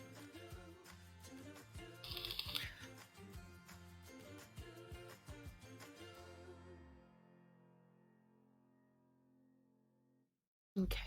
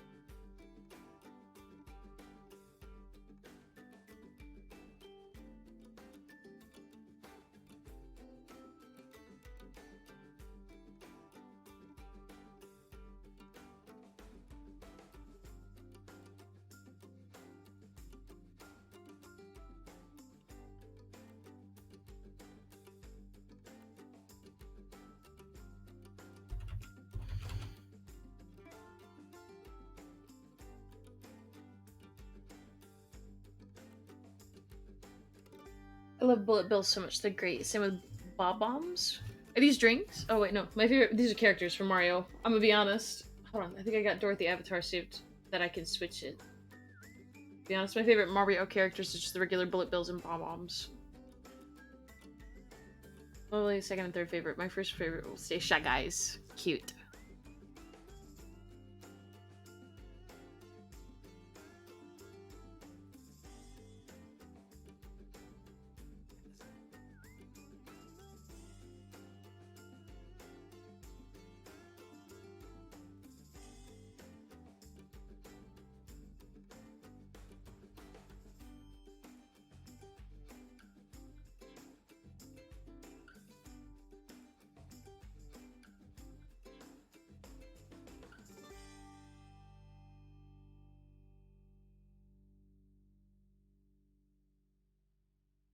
Maybe the Shy Guys and Dry Bones.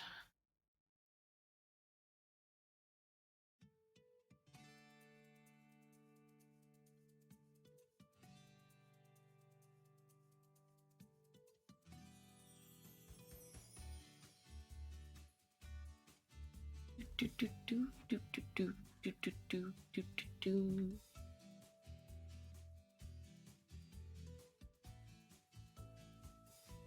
It's just me struggling wildly.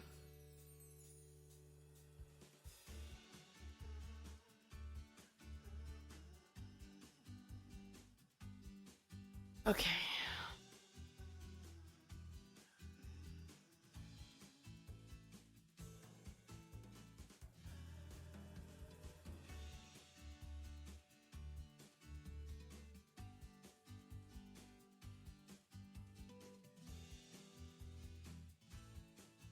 Alright, okay. Let me take a little peek. Oh, it's this one! I remember you having this one before, I think. I remember the color scheme. So you've either had one similar or you've had that one before.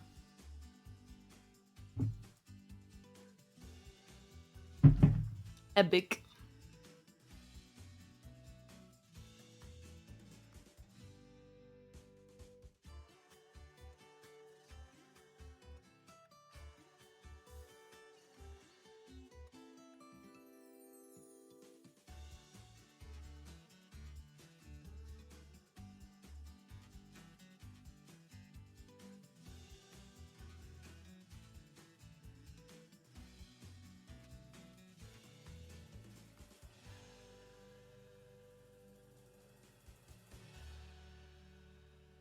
Sure wish I could draw a straight line. That'd be epic. It's close enough, you know what?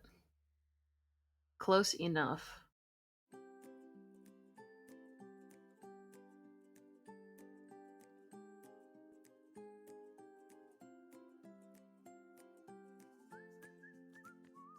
It was weird that one of my favorite characters in the game is a robot prostitute in a child chassis with illegal guns in her arms for self-defense. That's a little wild, I'm not gonna lie to you.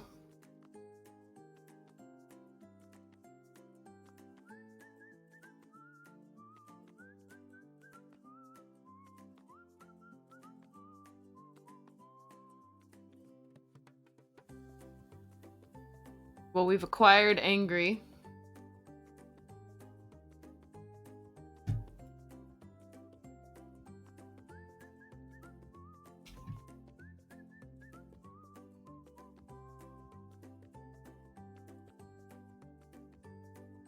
The lines are not near thick enough.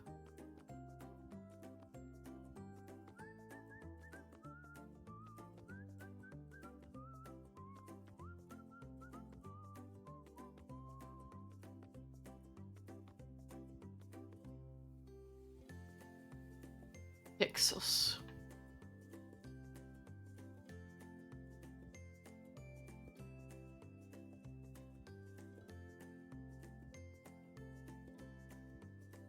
I might end up redoing these all together, but it is what it is.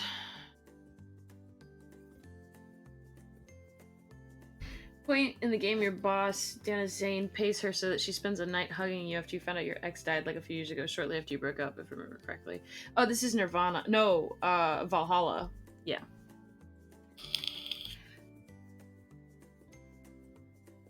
Listen, guys, I don't think I can do it anymore. I don't have it in me to draw on stream, I don't think. We're not ending stream, though. This music's fucking killing me. I can't stand this shit. This sounds like background YouTube music. Oh.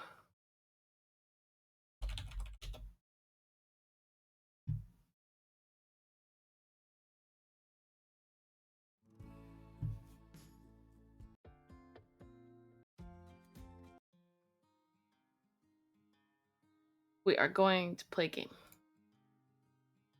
I didn't know what kind, but we're gonna play it.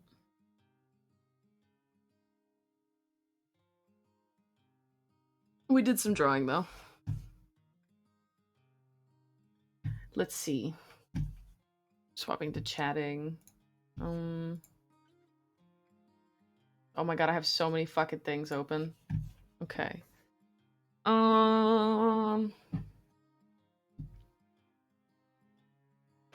Game will be played.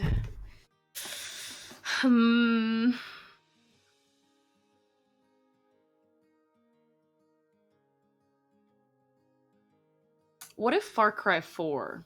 Either Far Cry 4 or Monster Prom. Let's spin a wheel. Let's spin a wheel.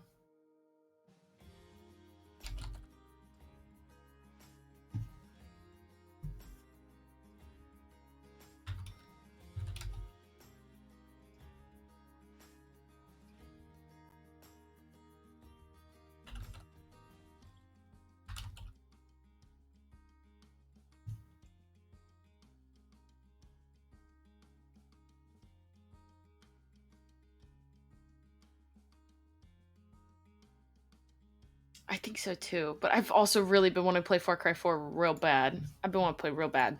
So we'll let a wheel decide. There we go. Wheel. Far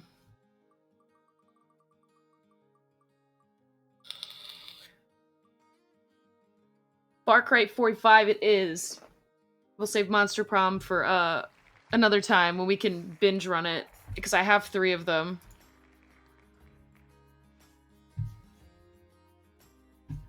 Alright. Let me boot that shit up. We're gonna play with the actual game music because I haven't heard it, so get out of here with that shit. Let's see. Got 4-5 in New Dawn. No. I've played a little bit of New Dawn, but I've owned 4 for like years. I just never had a computer that could play it. Um Boot this shit up. Updating Steam. Oh my god. It's updating Steam. I'm goofy.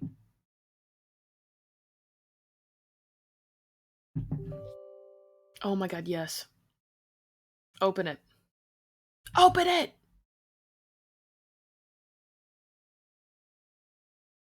No, stop downloading updates for shit. Quit. That's for golf with friends. Oh my god. Wowie.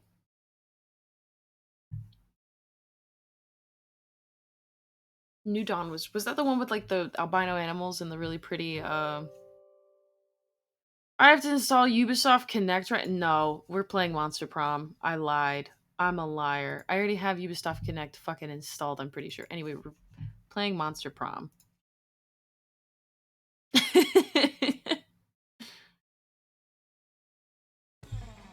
Oh. Wowee.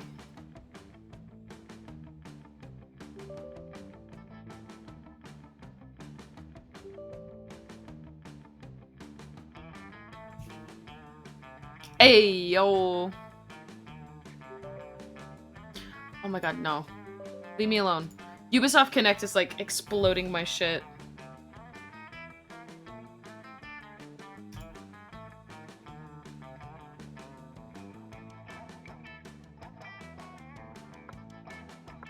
Perhaps. Where's the settings?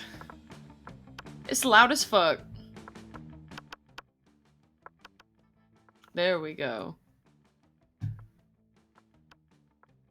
Okay. We're vibing. I need to change the stream title. Blur effect on, English. Yay. Awesome. Alright. Time to edit.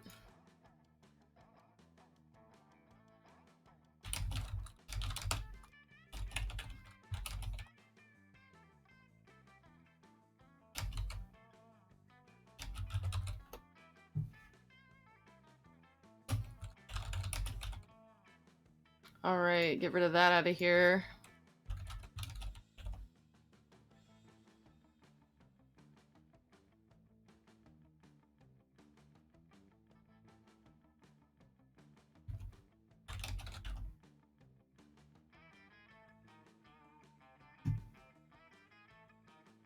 Okay. We're here. Alright, I'm playing. Let's go. We're gonna do 1 player.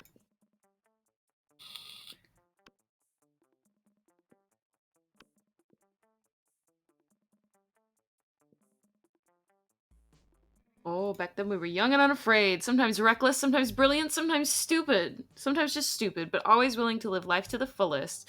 We were on a wild journey to discover who we really were. Who am I?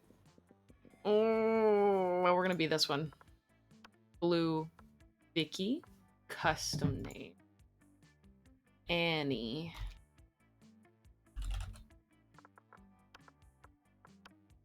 Day. I always go blue. Oh, hell yeah. I love a little Frankenstein.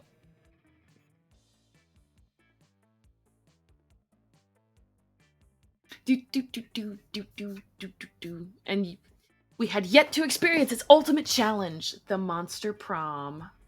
We're going to prom. Did anyone ever watch that Victoria's episode where they were like had a prom? In regards to romance, I usually go Zoe. Rest of the time, Miranda or Polly, depending on how the mood strikes. Damien has some of my favorite endings, though. Are those fucking pronouns? Yeah. Yeah, we got pronouns up in this bitch. I remember it clearly. 6 weeks were left, and as we fantasized about our dream prom dates, we were all scrambling to catch the attention of one of our 6 most charismatic classmates. The thing about pronouns is... most people have them. Do you see that dude, Annie? Which one? Miranda Vanderbilt, 19, a sweet mermaid princess who was as cute as she was genocidal. Racism? Damien LeVay, 21. He got held back. The pronoun dude. Yeah. Ugh. I can't believe this. I thought you were better than this. Oh, I'm so sorry, Horseman. I'm so sorry. A fearless demon with a taste for destruction and a love of fire. Me too, to be honest. Scott Howell. That's Aaron Hansen. I recognize that voice from anywhere.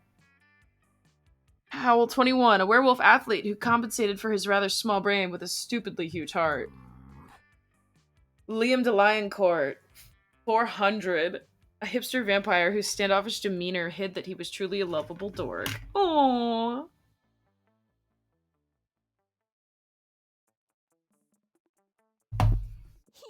And Polygeist, 22, a party ghost with insatiable hunger for all the wrong things. And Vera Oberlin, 23, a mean self-made Gorgon with a merciless sense of business. I think they changed one of the VAs in this because of some controversy. Yes, they changed the Shadow Dude's voice actor because guess who that was? It was Cryotic. And Cryotic got outed as a groomer. Yikes. It was clear Cryotic originally voiced both Liam and Oz. Okay, I didn't know he voiced Liam too. It was clear it had to be one of them, but who? We only had 6 weeks to choose our prom date, and even more daunting, we only had 6 weeks to woo them and conquer their heart. But as I already said, we were young and unafraid, and we were ready to start. Spitting bars. Welcome to Monster Prom's stupidest pop quiz ever! Teen Wolf, hot or not, take this quiz to find out. Crazy Exes, how to deal when they just won't go. All minds are rotten, but they are rotten in so many different ways. Got outed, Annie, it was a self-report. It really was! I remember that. It sucked to find out somebody I used to watch was such a piece of shit. For real! For real. I remember exactly when I found out. Because I used to be a huge fucking fan of Cryotic. I used to be a massive fan of Cryotic. Like, I, fell asleep to this guy's videos. Like, he was my favorite fucking YouTuber. And then I checked him out. I checked up on him, literally, fucking a couple years later after not interacting with the content, and he had just posted the we haven't been real in a long time. I think it was posted either a day or two earlier, and I was like, what the fuck is this? Huh? And it was in the midst of all of it happening. I was so deeply upset. And then Jenna Marbles left the internet and I was just distraught. Bro, I remember when we didn't have Wi-Fi and I'd stand outside a public building downloading YouTube videos. I used to have to do that with my school iPad. For real, for real. Where I know more, we're now using our PhD in bullshit to diagnose what kind of deviant sicko you are. Monster Prom's stupidest pop quiz ever, TM. We'll throw a bunch of absurd questions at you and turn your answers into your character's stats. This way, each of you will start by having stats that better reflect your two selves. Let's start. Which inanimate object do you think would make the best girlfriend or boyfriend, provided you went criminally insane? An ATM, sugar baby life, here I come. A dildo, duh. A human-sized pillow depicting a character created by myself. As a matter of fact, I have all the needed paperwork, and I am only waiting for the conservative, narrow-minded laws of our country to finally step forward into waifu and husbando territory, as clearly was intended by God. God, I love this game. A dildo, duh. If you had to have sex with an animal, which would it be? Oh, God, why is it asking me this? Yeah. In regards to my favorite ends being Damien, I remember one ending being you choose him for prom choice, and what basically happens is that you fucking start a brawl in the middle of the dance floor and punch each other's teeth out before having very rough sex. Oh, God. Okay, no more spoilers, no more spoilers. I can't remember the rest of the endings. A human being, because I'm a kind of douchebag who loves to find loopholes in stupid questions like this one. A great white shark. If I have to fuck an animal, let's at least make it a story worth telling. Telling a swan. They're classy. Plus, it reminds me of that myth of Alita and the swan.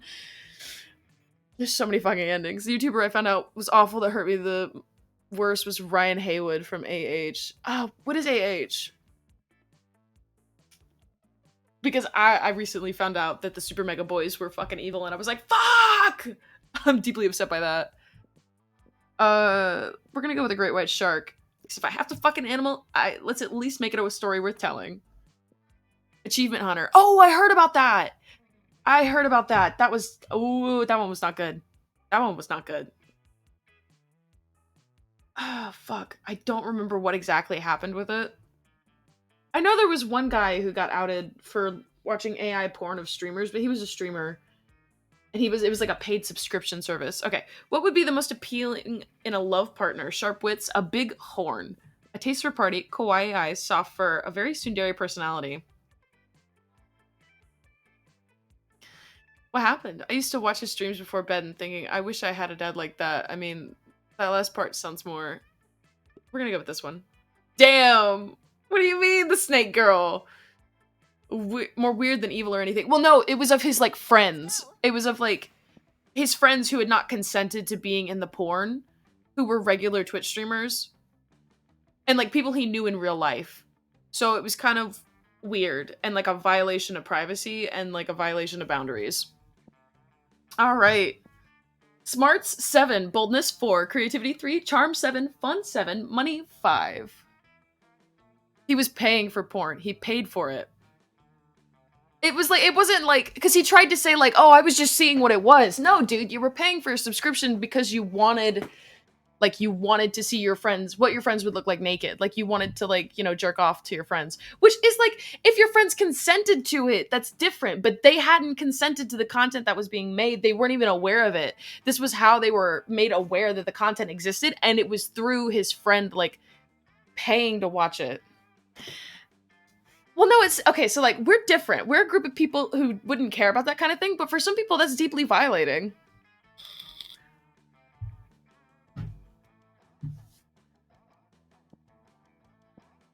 The bathrooms, but that do you skip class and just hang out in the bathrooms because you respect no authority. So true.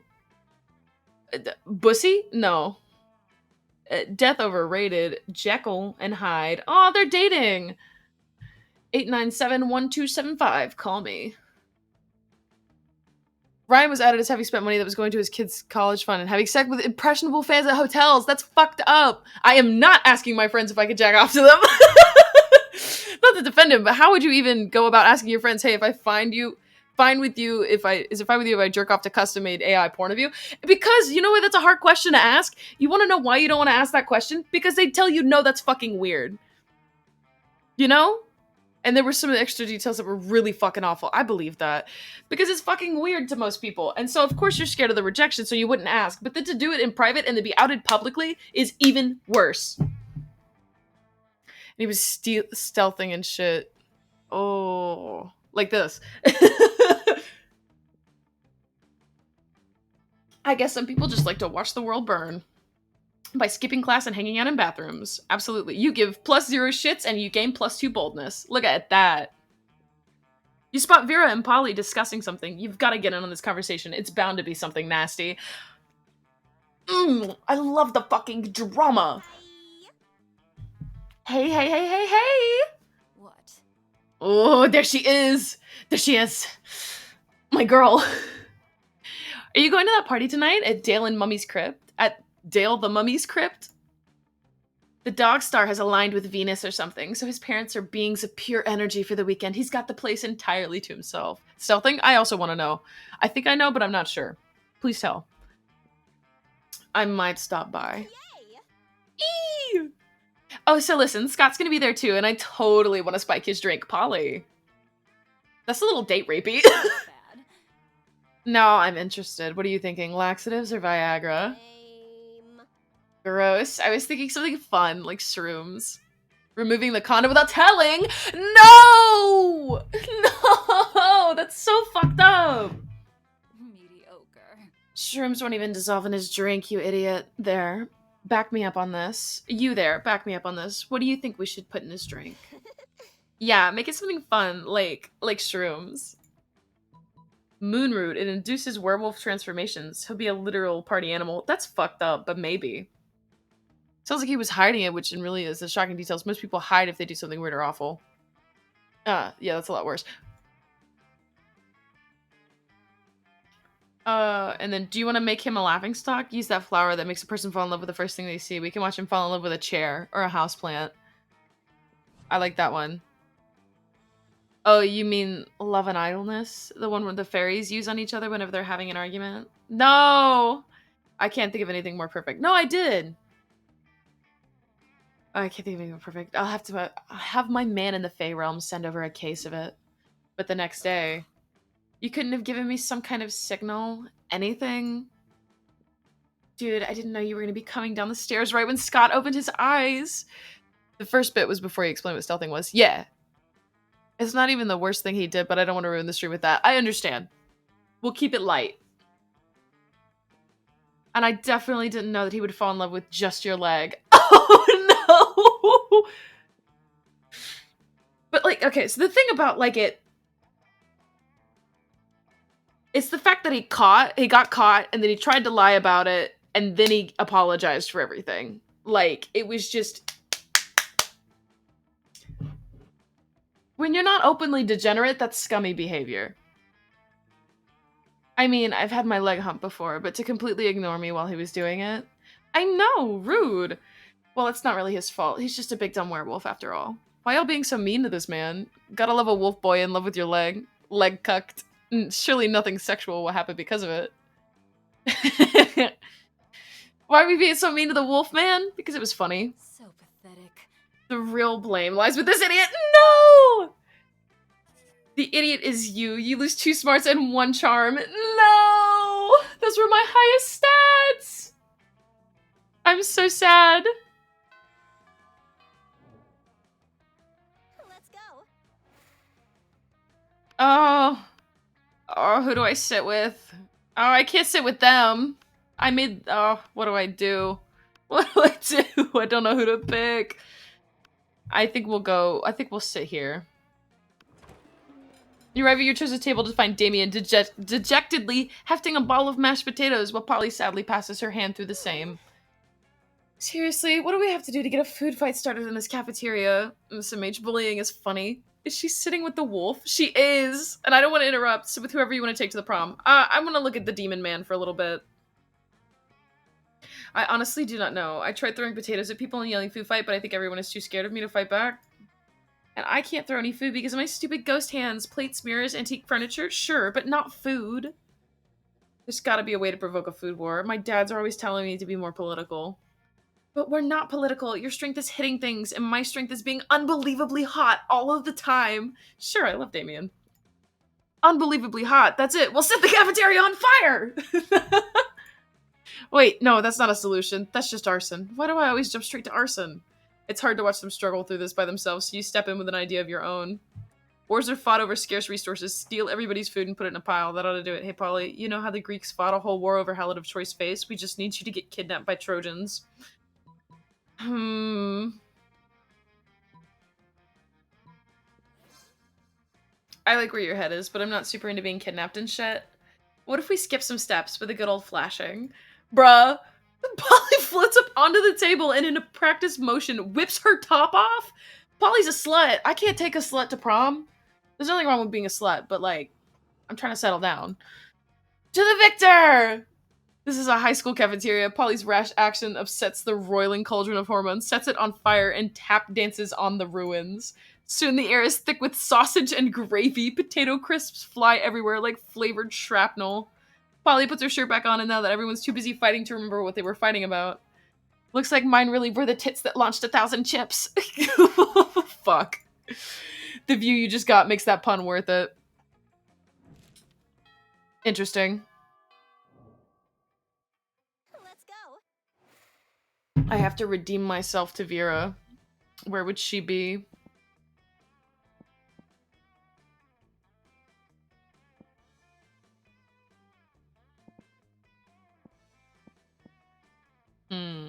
We'll go to the gym. That day, an epic dodgeball match takes place. Everything seems lost, but you deliver an inspirational speech that fuels your team's spirit, leading to a spectacular comeback. You're clearly a natural-born leader. You gain +2 charm. Thank you! Epic. Later that day, you're out shopping with Vera and Polly, and a wild cockatrice appears. It's my girl Vera! It gallops through the mall, biting shoppers with its jagged beak and turning them to stone. Scott and Damien come chasing after it, holding a butterfly net and a frilly dress. This isn't our fault. I don't believe him. We had nothing to do with this. Ugh, another mythical creature crisis just when I'm starting to enjoy my shopping. Aw, but it's so cute. I bet that vicious chicken dragon really knows how to party. Scott and Damien see everyone looking at them and wisely hide inside a clothing rack. What are you going to do about this creature? Befriend it with a delicious Cinnabon. Ignore it. You sigh, roll your eyes, and go back to your shopping. That's right. Don't give it any attention. Attention is what it wants. The cockatrice kills 47 people and grievously wounds dozens more. A woman's child is turned to stone before her very eyes. For the rest of her life, she will visit her child's contorted statue every day to touch its tiny hand and weep.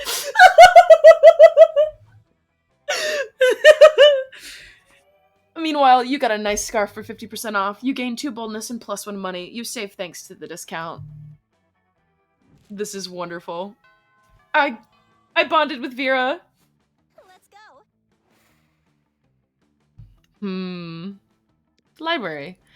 Congratulations, you have been chosen to win big. All you need to do is quickly fill out a survey and you will be winner of hundreds of prizes, including real cash. The day you spend some time on the library's PC, sending malicious spam emails in the hopes of stealing other people's money. So true. I'm so evil.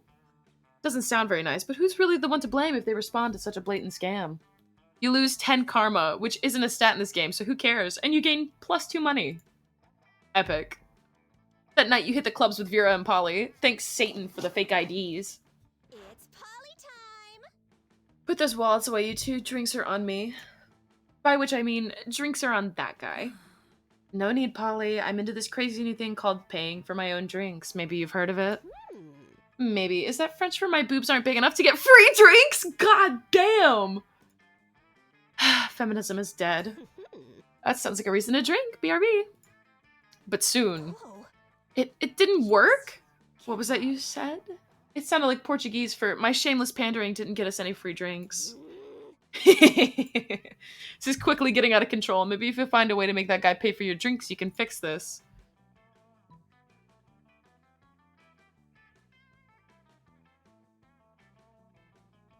Ooh, I don't know which one's better. It's party time! Sedate the guy when he's in the bathroom, put a pair of sunglasses on him, and pretend he's your pal. Or it's crime time. Steal the guy's wallet to learn his address, then go to his house, kidnap his daughter, and demand drinks from his ransom. Using your skills as a pickpocket and a kidnapper, you execute your brilliant plan. And people said high school wouldn't adequately prepare you for the real world. Your target, whose name is Dale, by the way, just so you know who you hurt, is so worried for his daughter that he buys you the whole bar. Woo! I knew my tits were unstoppable. They just needed some time to work. Quiet, Polly. I need to concentrate on all this cocaine I'm doing. Dave's stream box hid one of the options. Oh no, I can't see it. That's why I read them out loud, right? What happened? Let me fix it. Okay. Alright, hold on. We'll move it. Edit. We'll put it up here. That's where we'll put it over here. There we go. How's that? What was your question? Oh, you don't have second semester, right? Just wondering. Didn't see Zoe or Calculester. No, I don't have any of the DLC. I just have the vanilla games. Do do do do do do. This is a night you'll never forget. Owning a bar is great, but the real treasure is the times you shared and the lives you ruined. You gained 3+ money. I am so good at this game.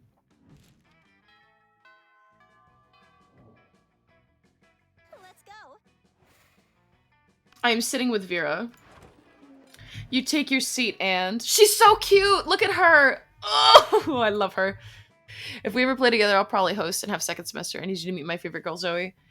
If you didn't know any better, you would say that it seemed like Vera and Polly are almost more interested in their phones than they are in you. And you know better. And you know that, yes, that is exactly what's happening right now. Hey there. Our financial slave? It's nothing personal, Annie. It's just that Polly and I are very engrossed in texting our financial slave. Yeah, it's pretty hard to compete with some guy whose fetish is buying you anything you want. That's my fetish, too. Not buying things for people. Having people buy things for me. Duh. I have to pull up the Twitch chat on my phone because I keep missing things. Let's see. Having people buy things for me is also my fetish. Same.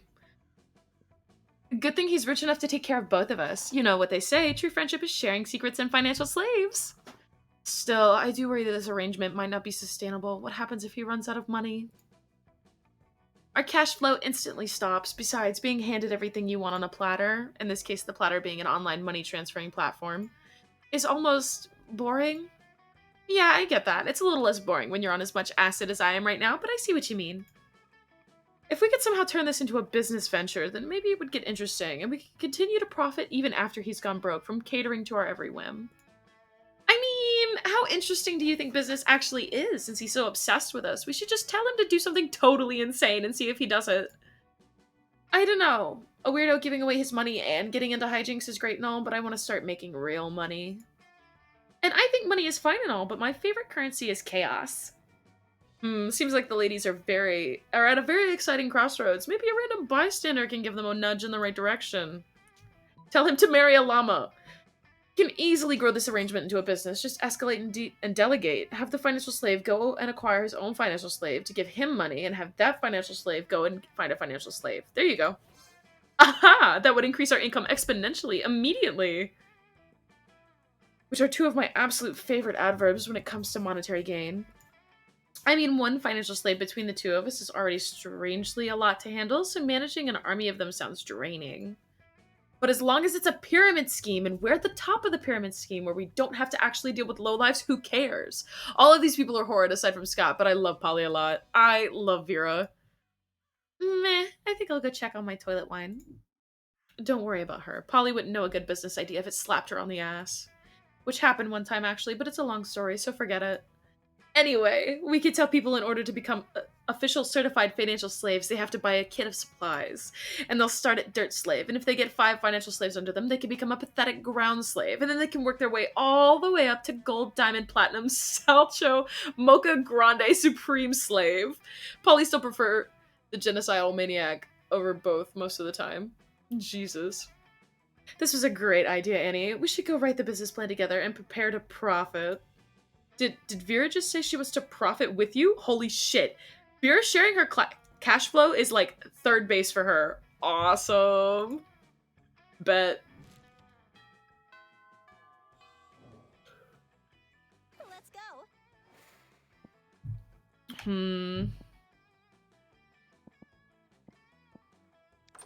What's up?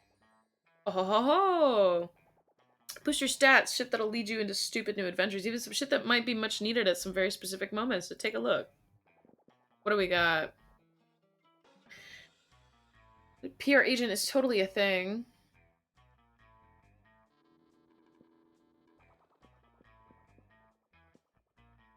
A fake badass tattoo. A sexy fake Latin accent. A penguin mask. Interesting.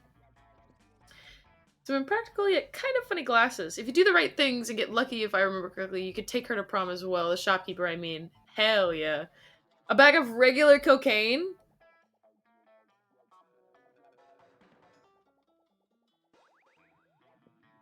A tampon used by the former prom queen? I could buy both.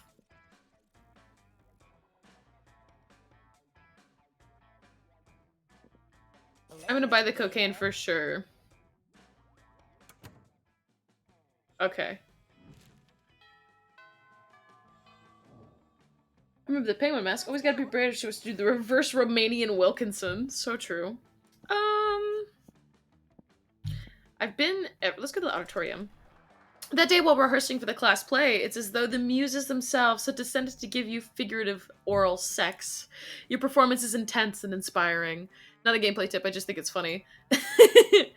It will be remembered for generations, which is pretty rad by high school play standards.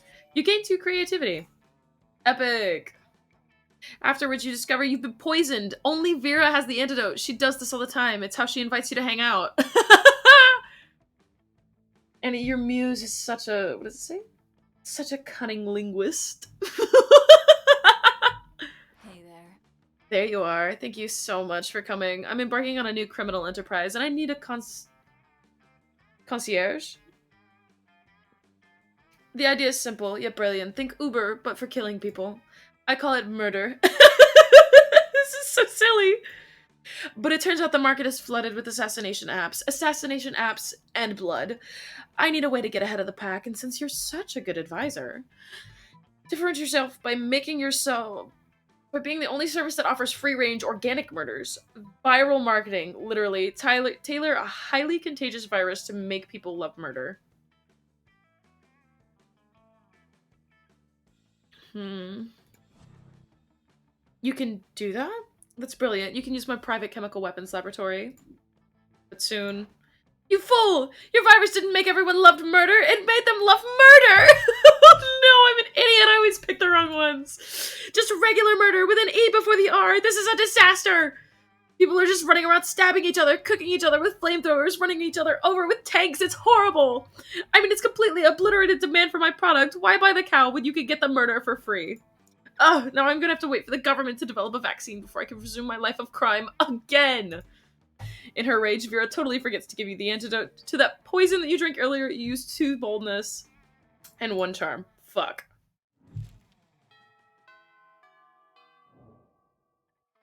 Let's go. Sometimes we simply suffer. Who is this? Where is she? There's my girl Vera. You take your seat beside arguably the 2 coolest monsters in all of Spooky High. Here's hoping you can keep up with them.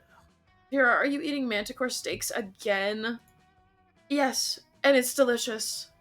Don't you know the amount of cruelty involved in the mainstream meat production industry? Yes, and it's delicious. This is me with chicken nuggets.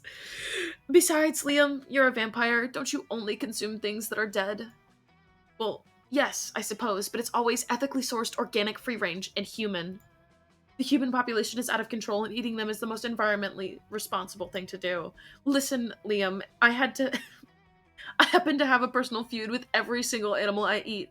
I'm actually...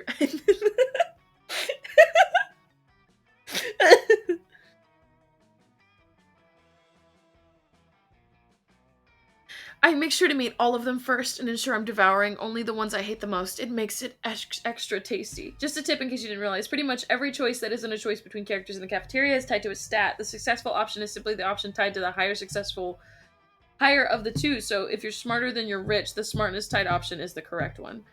Just as a general note, it's fun to fail in this game, I'd say. Awesome. Well, then surely you can inflict such pain without going through the cruel meat industry and supporting factory farming. Isn't home cruelty better anyway? You may actually have a point there, and if I get my hand in the pot, I can inflict even more effective and specific pain, and I bet there's a way to make money off this too. Hang on, somehow I've ended up arguing against my own interests here. Liam, do you want to find innovative and creative ways to move society forward, or do you want to oppose cruelty like every other weak mainstream loser? You can actually hear Liam's brain shaking as he struggles between his desire to be perceived as ethical and his desire to be perceived as creative. Maybe you could step in and help out. Okay. The animals, my smarts are so negative too. Liam, animals are already suffering from ignorance. If Vera wanted to increase their pain, the best we could do is to teach them the concept of death so they can really fear their fate. Let's educate cattle on metaphysics. That's the smarts one. We're not picking it. We're picking the other one. Annie, what is your opinion on suffering? I think sometimes it's deserved and sometimes it's not, but it happens regardless of whether we want it to or not. It's out of our control. For the most part. The animals you kill may lose their lives, but what about their afterlives? Instead of letting their spirits go to waste as the byproduct of the meat industry, let's serve their eternal souls as a side dish. That's gotta be creative. Yes! Perfect! I knew there was a way to monetize, and it keeps the animals from ever gaining an eternal resting place. What the hell is it with Vera and animals? But now the cruelty is extending even beyond their deaths. Hell yeah, it is! Thank you for getting the ball rolling on this excellent scheme, Liam. And thank you, Annie, for nailing down the specifics. Neither of you get royalties, though. I'll take what I can get. I'm glad you're not opposed to it by default, like some mainstream loser. Annie, this is a cafeteria choice. I think I said that, but I'm fairly sure these aren't stat-bound. Well, fuck! Listen, it was practice. I'm analyzing for the potential. That being said, I will get you a double scoop of Rocky Road Soul with sprinkles on top. Aww. Yum. Maybe? You don't know. You've never eaten a soul before. But it sure is delicious getting Vera's approval. You wanted Vera and you chose the Vera option, so it's fine anyway. Exactly! Exactly! My smarts are negative too. I cannot comprehend what you were telling me. I want to go outdoors. That day during recess, you start a half-hour rave that goes full crazy. You have no idea how it escalates so much, but at one point there are like 300 people. Also, in case it was unclear, smartness was an example. There's not always smartness option. Yeah, I know. But no, I was making a joke that my smartness is so low that my in real life intelligence is affected by it. Someone summons demons from a nightmare dimension. The consequences might distort the fabric of reality itself, but who cares? It's a rad party. You gain 2 fun. I'm so fun. Later, you see Vera cackling to herself in the hallway, which is whatever, but you might as well find out why. Just practicing my prom queen acceptance speech in my mind. It's not like the title bears any meaning whatsoever, of course, and I really do consider the whole thing way beneath me. However, considering how much meaning other girls might put on it, I can't risk some uppity bitch thinking she's better than I am. Plus, it's not bad branding either. I could see using a victory to start a line of successful prom queen accessories guaranteed to get you the win. Perfect prom shoes, the right makeup, fancy knives to take out your opponents. Hi, Moldy! Speaking of which, I assume this goes without saying, but I'm not leaving anything to chance. I'll be doing a blood ritual to ensure my win. I should have bought the tampon! I still haven't found the exact details yet, but I'm optimistic that at least some of the items will be found in the shop. The only question is where exactly I can find the details for a proper blood ritual.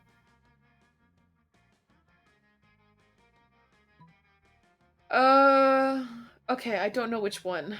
Fuck. Okay, let's think. Let's use our heads. Why don't we ask the Coven? They're witches. They should know all about blood magic. Literally just search the internet. That's like literally what it's there for. That's what is this?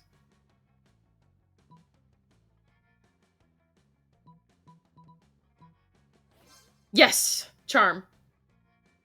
So it might be important depending on if you care what sort of ending you get the first time around, but unless you randomly get a special ending, you need a specific stats to successfully take someone to prom. Well, we'll just have to figure it out. We'll just have to figure it out. I don't want to one-shot this. I want to just enjoy it as is. You know what I'm saying? Actually, I really didn't. I always thought they were pretty useless, but I'm never mad to be proven wrong when it serves me. Using the skills you gain during the extra credit summoner seminar, you call forth the Coven. What is it now? Is there some emergency? Is the world in need of saving? Yeah, I get that. Just wanted to mention it in case. I appreciate that. Of course not. The world is the worst. Why would I ever want to save it? No, I just want to be prom queen, and I need some blood magic to guarantee my victory, and I figured you 3 could do something productive for once. What do you mean for once? We're the ones constantly saving you from destruction. We're the ones who... Yeah, whatever. Just tell me how to cheat my way into being prom queen. Or I'll start a rumor that you're just a mega swarm of bees in 3-people suits. Why would that... whatever. Here's what you need for the ritual. The blood of the former prom queen, the tongue of a goat, and the earrings of an ancient goddess. But good luck getting those. Thanks. When I need your opinion, I'll ask for it. You did ask. And now you answered, so you can leave. In a puff of aggravated smoke, the Coven disappears. Oh, let's split up. You check the shop, and I'll grab a goat and meet you in the bathrooms when you're done. Well, guess you're involved in some blood magic now. Sounds fun. You gain 2 fun and 1 charm.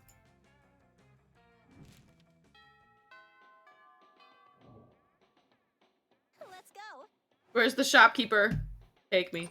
What's up?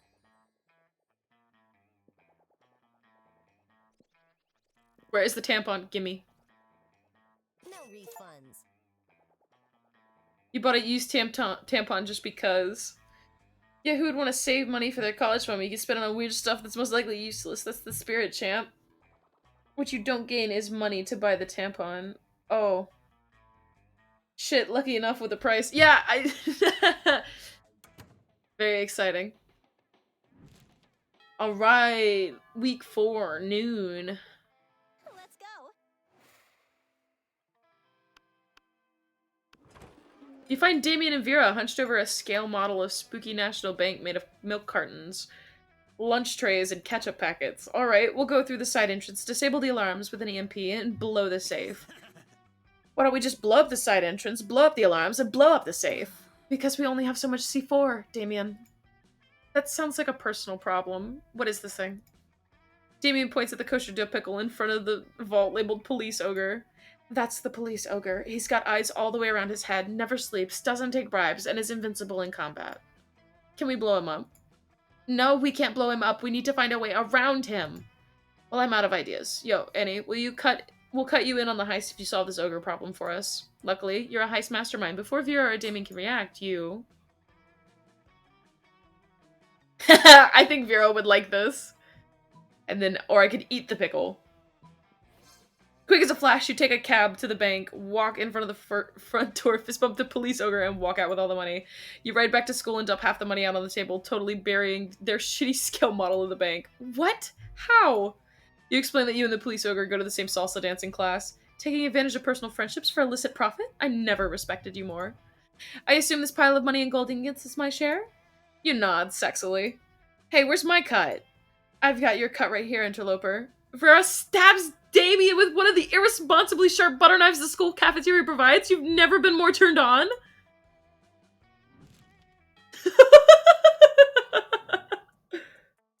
Let's go. Okay. I need to make some money. How do I make money? Here, is this how I make money? Yes. That day you spent some time on the library's PCs playing some good old online poker. Gambling seems like a stupid and dangerous decision, but who cares? This time it paid off, so fuck it. You gain +2 money. Hell yeah. As you walk down the hallway trying to beat a level of Bone Crush on your phone, you run smack into Vera, also engrossed in her phone. Sure, feel free to read over my shoulder. You wouldn't understand the charts anyway. I'm surprised the game didn't throw Miranda at you once so far. Miranda's been mouthing off about being a princess again, as if that's so amazing. Epic. She's a princess underwater. You know what's underwater? Sea slugs and fish shit. You know what's not underwater? The school. Why should birthright matter when there are so many other factors that determine a person's worth? Their beauty, their cruelty, their business sense, and using all these factors, I've divided the school into cools and uncools. Now I need to find a way to reinforce the superiority of the cools over the uncools. Rotting squid should be thrown at uncool students to remind them how uncool they are. And then uncool students should have to carry cool students from class to class on chases? Makes sense given you're somewhat locked in a special ending now, I think, which means stats shouldn't be as important as long as you choose correct. Fuck. I'm nervous now.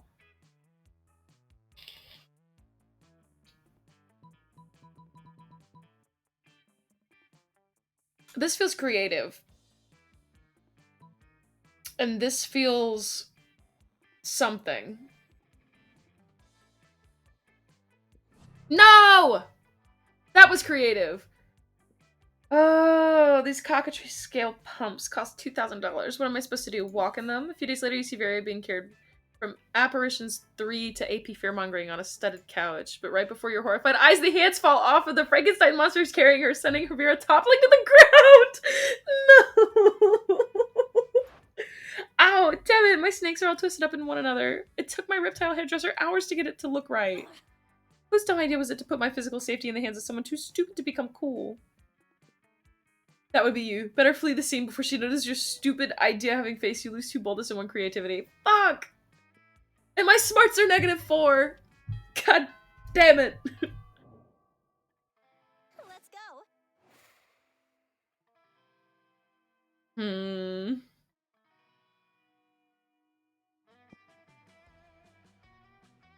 I should probably get my smarts up a little. No, I need money, don't I? Do you listen to your elders and learn valuable lessons? Sometimes after all the monster nonsense and the dating gimmicks, you forget that attending class is supposed to be the primary activity at the school. You gain +2 smarts. Later, you're wandering through the halls when you hear a voice from around the corner. Hey, psst. I seem to have accidentally turned a bitch to stone with my gaze. Don't get me wrong, she totally deserved it. Her nose is obviously fake, but plus that nail polish? Abominable. But this isn't exactly the first time I've done this, and Principal Giant Spider said if I did it again, I'd get detention. So now I need to dispose of yet another body, and I thought since you're so attractive and kind and clever, you'd be willing to cover up the literal murder I've committed, no questions asked, right? Set her up like a quad like she's a new art piece. My lovely murderess, my good buddy Mr. Hammer will make short work of the evidence. I'll even give you the nose as a trophy. Yes! Let's go! You don't even wait for Vera's okay before smashing up the statue. To be honest, you really just love smashing statues. Brutal, thorough, cost-effective? I'm impressed. Maybe next time we could skip the turning a bitch to stone part and go straight to you dismembering them with a hammer. Dude, she's so evil! You don't mind, right? You better not. I've got something on you now. Vera wiggles her rival's dismembered fake nose at you menacingly. This is great news. Blackmails how Vera shows affection. You gain +2 fun and 1+ charm. Epic. I'm so fun! I am so fun to be around.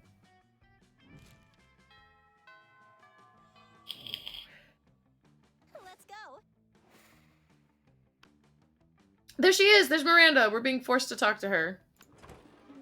You arrive at your chosen table to find Vera looking askance at Miranda's lunch, a single, very suspicious-looking apple. Miranda, honey, your apple seems to be pulsing with an unhealthy purple light. I'm sure it's just your imagination. It also has a skull on it, and it smells like lighter fluid. I don't think it's for eating. Of course it's for eating. It's a perfectly standard poison apple. You know the sort that puts a princess to sleep for 100 years? You literally just admitted it's poison. I know, and I always said I wouldn't be the kind of princess who eats a poisoned apple, but how else will I find a prince to wake me with true love's kiss and live happily ever after with me? Girl, we need to have a little talk about feminism. You back me up on this. Tell her she doesn't need to poison herself for the sake of a man. You don't need to eat that apple. Princes should be eating poison apples so that you'll kiss them. A marvelous idea. If the princes are asleep, I shall be able to assess them fully before making a selection. Come to think of it, I suppose this is why the princesses prefer sleeping damsels to begin with.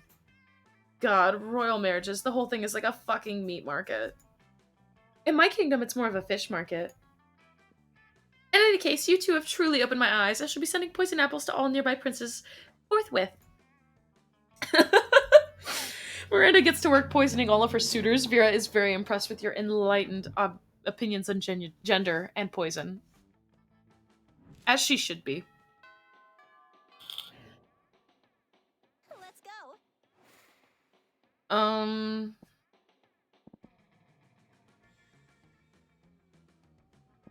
Let's try and get that, boldness up.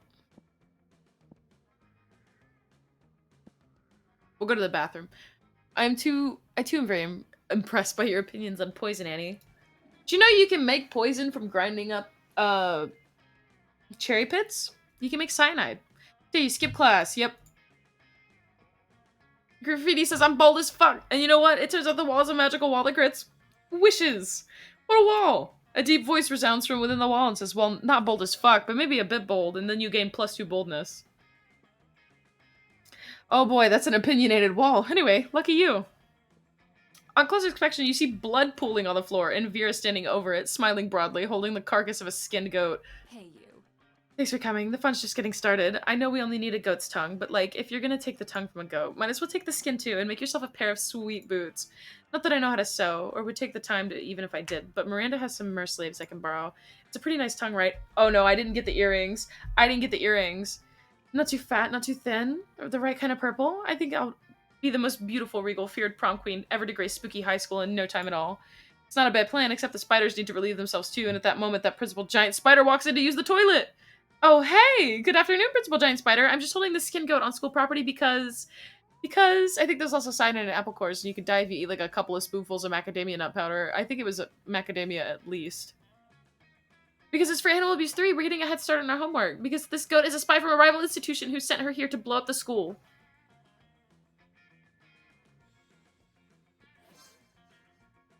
Principal Giant Spider gasps! A rival institution? Do you think it was Pixie Prep High? We weren't sure. That's why we skinned the goat. We thought maybe it would have the name of the school written in its guts. That's so fucking... Oh, God. Smart. Good call. Good call. And did it? No. Not that we saw. And make sure you check the stomach for a Bezoar, because sometimes school names are written there. I love this game so much. We will absolutely check and get right back to you on that. Principal Giant Spider exits, shaking his head and mumbling something about those friggin' fairies. Nailed it. Now we just need to find those earrings and we'll be all set for the prom queen. And by we, I mean me, and only me. But at least you'll have helped her in her ascent. It's gotta be worth some bonus points with her, right? And you gain 2 creativity and +1 boldness. Hell yeah. I need some motherfucking money. Let's go. Need some motherfucking... No, she's in the library and I don't have enough money. What's up? Pocket cancer in the long run? You don't want to get pocket cancer? Quick, give me that dangerous money you have in your still healthy pockets. She doesn't have any. We'll take this. Oh, hell yeah. Wild. Oh, my stats are hella big now.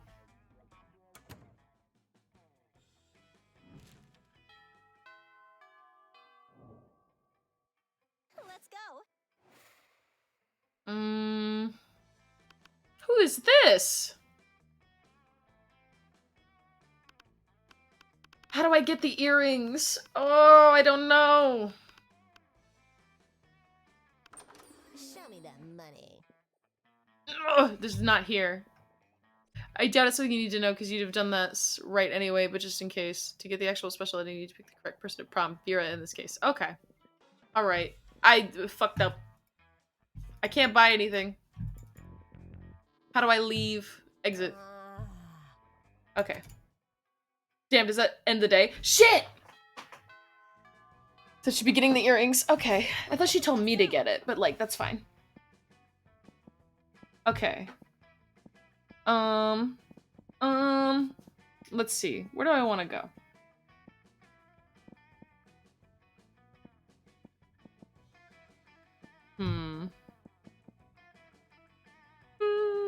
Let's get some money just in case. The day you spend some time... Real quick. Sticker start. Start kicker. You start deceive lots of people with sensationalist video and impossible promises. Nice. Buttman versus Beastcake. Vera runs up to you, eyes blazing, teeth gleaming. You will never even believe this shit. Remember how the Coven said we'd never find the earrings? It's because they had them the whole time. We're summoning those bitches and taking those earrings at any cost, even if it's the last thing you do. I was gonna say, I think if you hover over the stat sheet in the map, it shows you which area increases which stat. This is so true. Did Vera just imply she was willing to let you die in order to become prom queen? Irrelevant, because the Coven has been summoned. So you figured it out. Good for you. Now give up, because you're never getting them. Oh, God, no, it keeps clicking through things. How do any of you have friends as baffling? You're all horrible, horrible people. I mean, they're not wrong, but there must be some way to get them to fork over the earrings so you can complete the ritual. No, Coven, you misunderstood. We're trying to save the world, too. Make replicas of fake earrings, find out where the Coven lives, break in, and replace the earrings with fakes when they're asleep.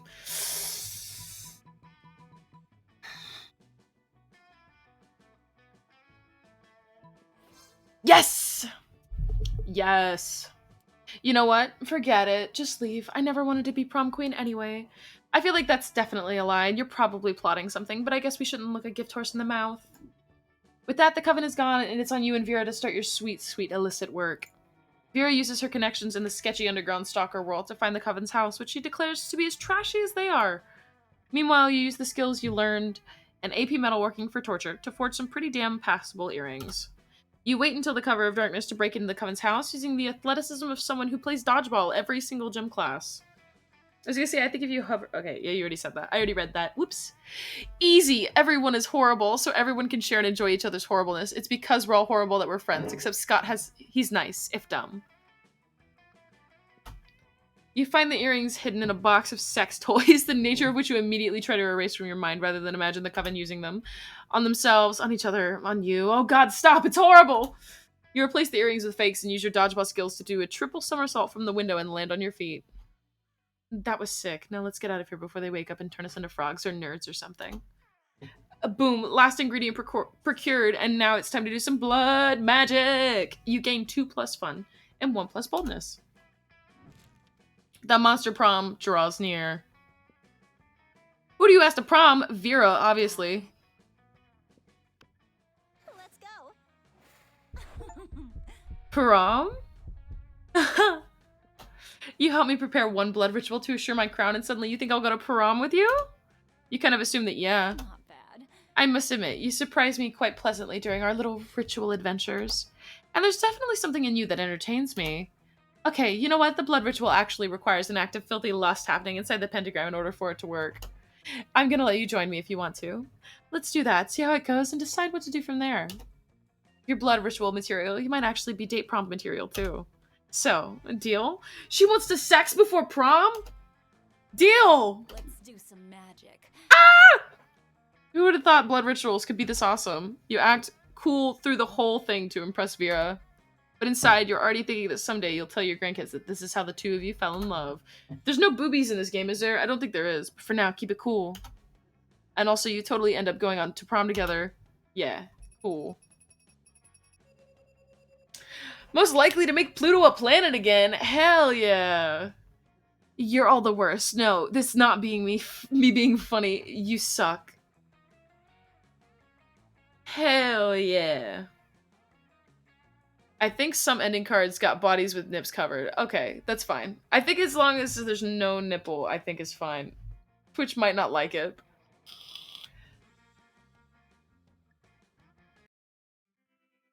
Hell yeah. Those 6 weeks were maybe the most epic and absurd weeks of our lives. I just spent all of it hanging out with Vera. After the monster prom, we kept living our lives, falling in love, battling for friendship, and learning about who we were and who we could be. And you know what? Like it always does, life happened, and it was wonderful. Do do do do do do do do do do do do do do do do do. I'm looking at the picture. Vera kept being fierce, strong, and stunning.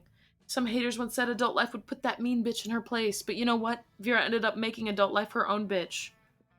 Scott became a world-renowned athlete, but he ended his career to come back to his hometown and take on the job of the athlete he admired the most. Now he's back at high school again, working as the coach.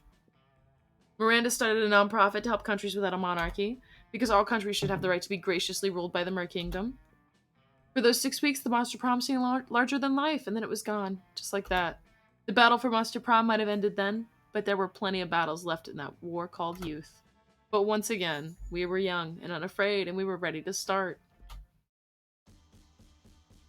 Epic.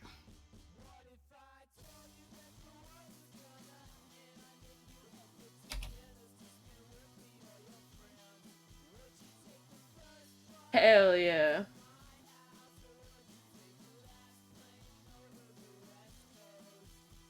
The worst things these ending cards get, if I remember correctly. Okay.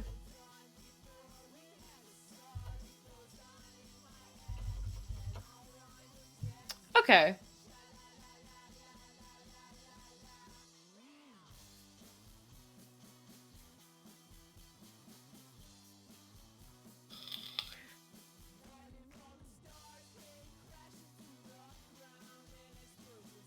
We are vibing. Look how cute this is.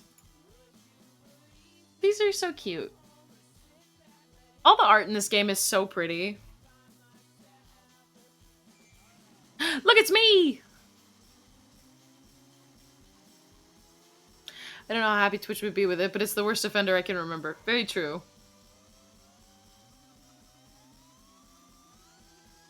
I love the art, the humor, and the whole game in general. For real, for real.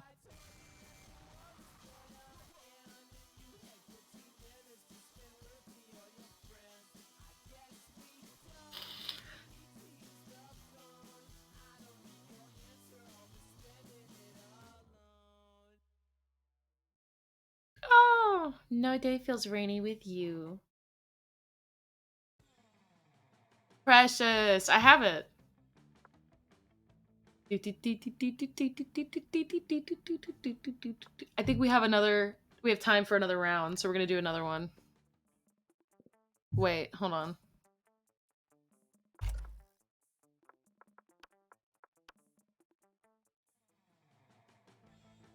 Oh, I do have second term. Okay.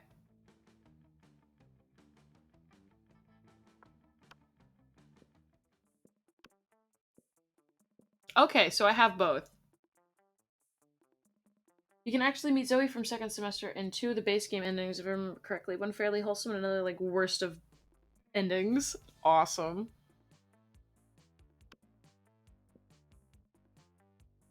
Second time is just first term plus 2 characters. Okay. Back to menu. We'll do second term. Try it again.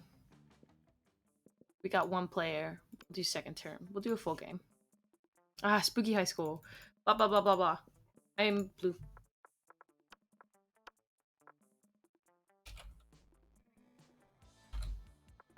Bonk. Bonk. Sweet. Tunings, because they're concerned with how the two characters minus a few.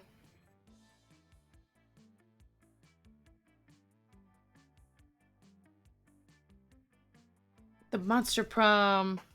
I remember it clearly. 6 weeks were left, and as we fantasized about our dream prom dates, we were all scrambling to catch the attention of the 8 most charismatic classmates. Scott Howell, 21. Werewolf app. Yep. We got Scott. We've got Miranda. We've got Polygeist. We've got Damien LeVay. Liam DeLinecourt. Zoe. Forever. An eldritch cutie who went from endless deity of the dark remains to an ultimate fangirl. Calculester Howlett Packard, version 1.0. A library computer had become a sentient robot ready to experience life to its fullest. And Vera Oberlin. Yes. It was clear it had to be one of them, but who? We only had 6 weeks to choose our prom date. And even more daunting, we only had 6 weeks to woo them and conquer their heart. But as I already said, we were young and unafraid and we were ready to start. I think I'm gonna go for Liam this time.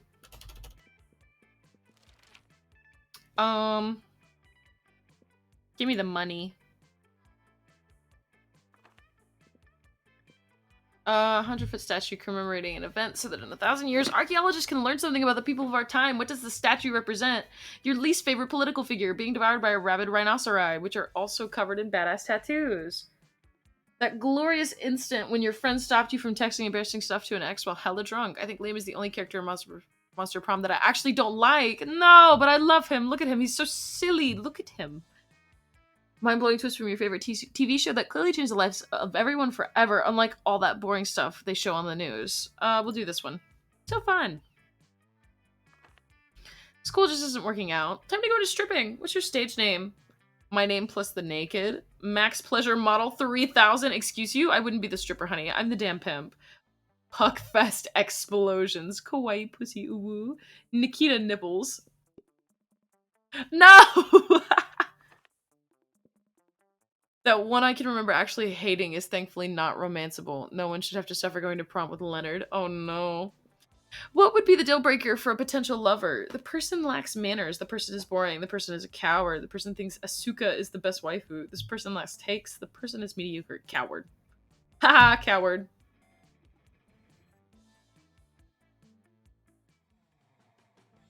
Let's go. All right.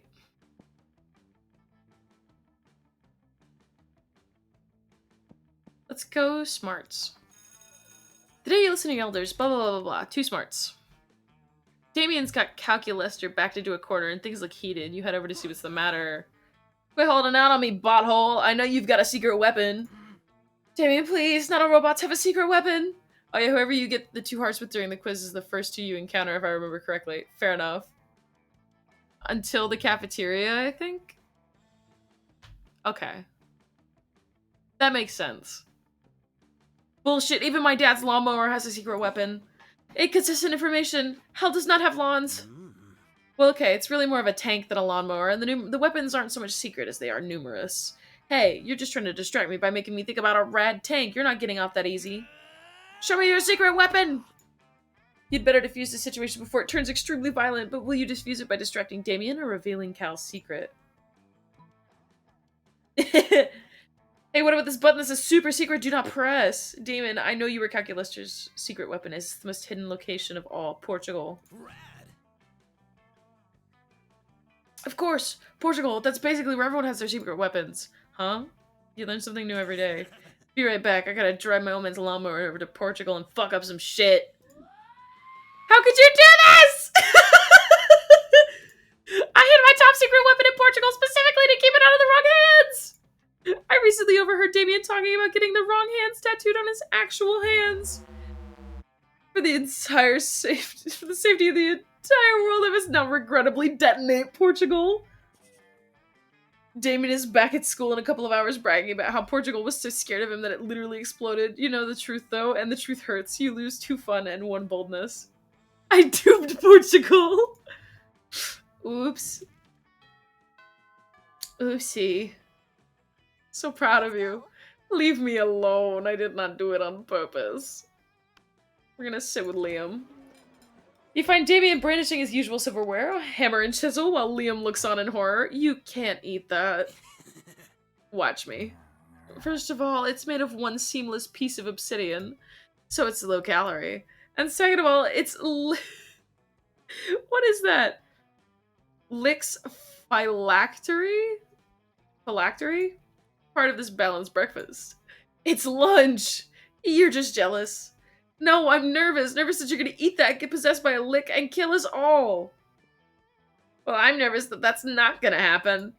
Looks like these two are at an impasse. Maybe you can solve the dispute and score some romantic credit at the same time.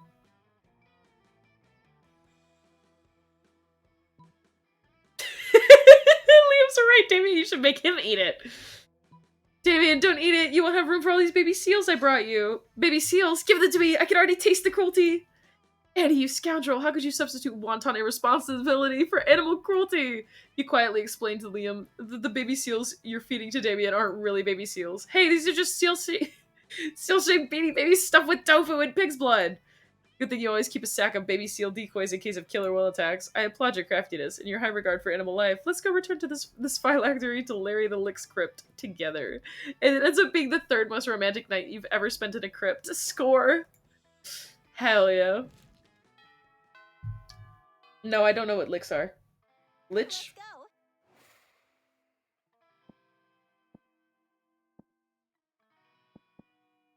Mm.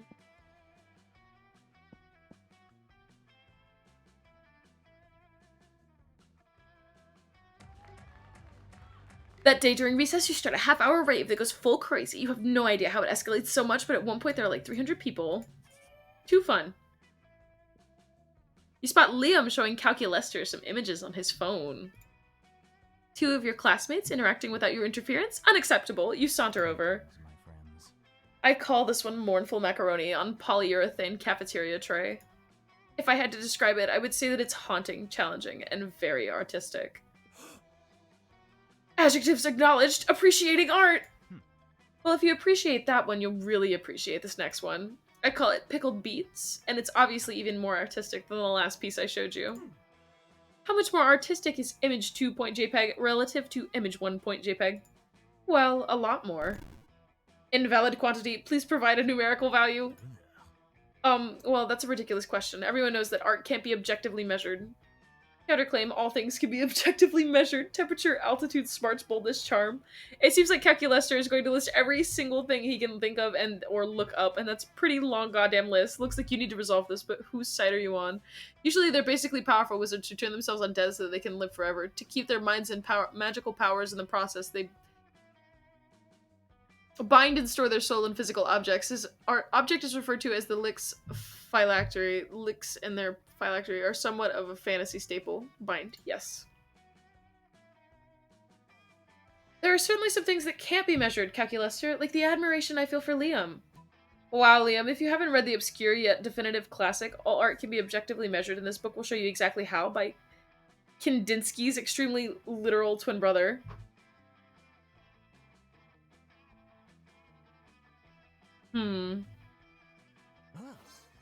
What? No, of course I've read that book.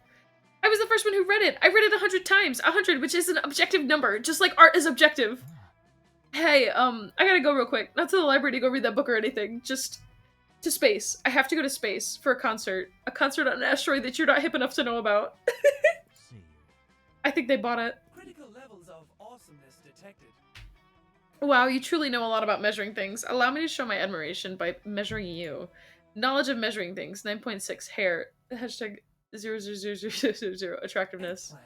Error. Stack overflow. Subject is too hot. Processor overheating. You rush Calculester into the cafeteria's meat locker to cool him down, which gives you an opportunity to spend some quality time together. You gain +2 charm and +1 fun. Damn. I'm romancing both of them at the same time. Let's go.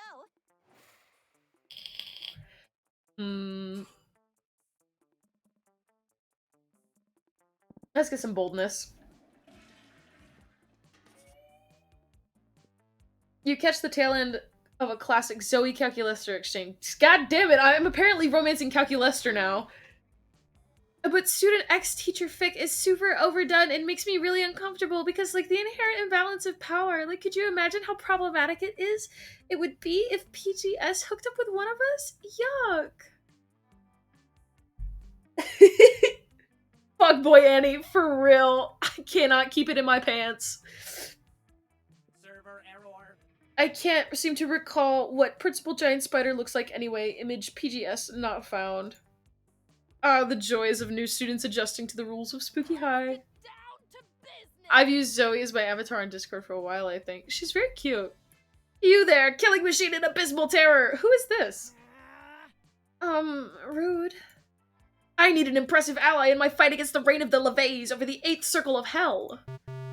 Input quippy response about your sense of fashion from being from the 8th circle of hell. I have no need for your robo-criticisms. What I need is the power of a being beyond the average monster to aid in my glorious and righteously justified takeover.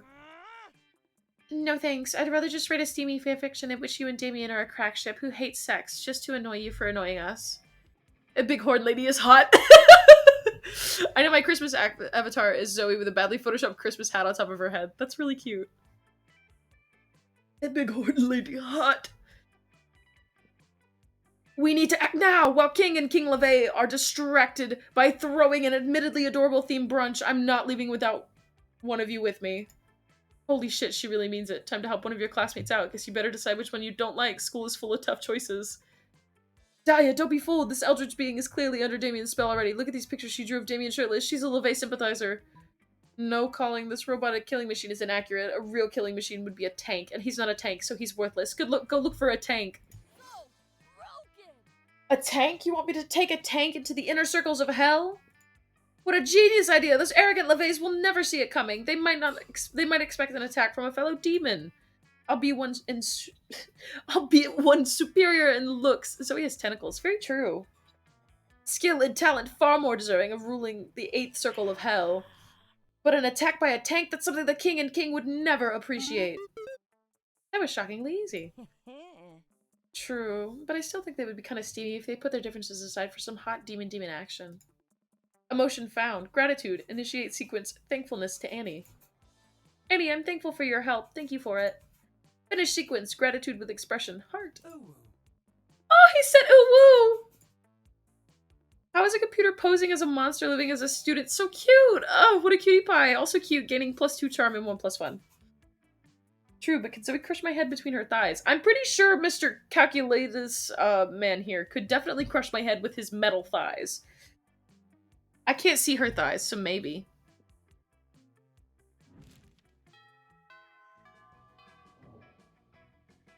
Let's go.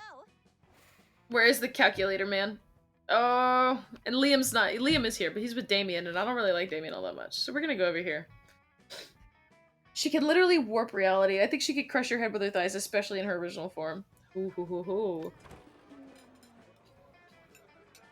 You arrive at your chosen table to find that Miranda has locked one of her eating serfs in an Iron Maiden. You are unfazed, but Calculaster is very phased. Nice. Very true. Friend Miranda, isn't locking your unpaid intern in a spike-filled sarcophagus unethical? Unethical? Unethical. Adjective inconsistent with rules and standards of ethics. Ethics? Oh, you mean those things poor people have instead of royal titles? But I thought that ethics were a critical part of being a good organic creature. That's a common misconception. The key to being good is having a lot of money and punishing anyone who dares disrespect you. For example, this saucy serf dared to put ketchup on the hot dog she was eating on my behalf. As if I were the sort of person to put ketchup on a hot dog. 48 hours in the Iron Maiden should teach her. Error. Friend's statements are inconsistent with internal moral compass. Existential crisis imminent. Uh-oh, quick, set Miranda straight, or set Calculaster crooked. What's this, Calculaster? Disagreeing with Miranda? Looks like it's a disrespectful prison time for someone else, too. Miranda, let's punish your serf in a different way. Say by giving her a frowny face sticker with a really aggressive glitter. Aggressive glitter? Truly, you are even more delightfully cruel than I am. An Iron Maiden only torments for 48 hours, but glitter... Glitter is eternal. She will be reminded of her transgression until her dying day. Ah, I see. Friend Miranda's ethics module is poorly calibrated. Excuse me? Is that disrespect I hear? No, I feel no disrespect towards you, Miranda, because as a rule, I do not feel. Oh, wonderful. Would you like a job as one of my royal torturers? No, thank you. I will, however, supply you with stickers if it ensures the serf's safety. With the extra stickers left over from Calculaster's first printing, you two start a thriving, punitive sticker business. It's a bonding experience. Wonderful. This is so delightful. He's actually nice. We're taking a good route this time. All right. Let's get a little creativity. No, I lied. We'll go to the bathrooms for the shop. Stranger. We'll get this one so that I have a lot of stats. See you later. No! I have so much charm, though. It's itchy as fuck, but it's form over function. Not how it works, yeah. But it looks like it is a stat update of some kind.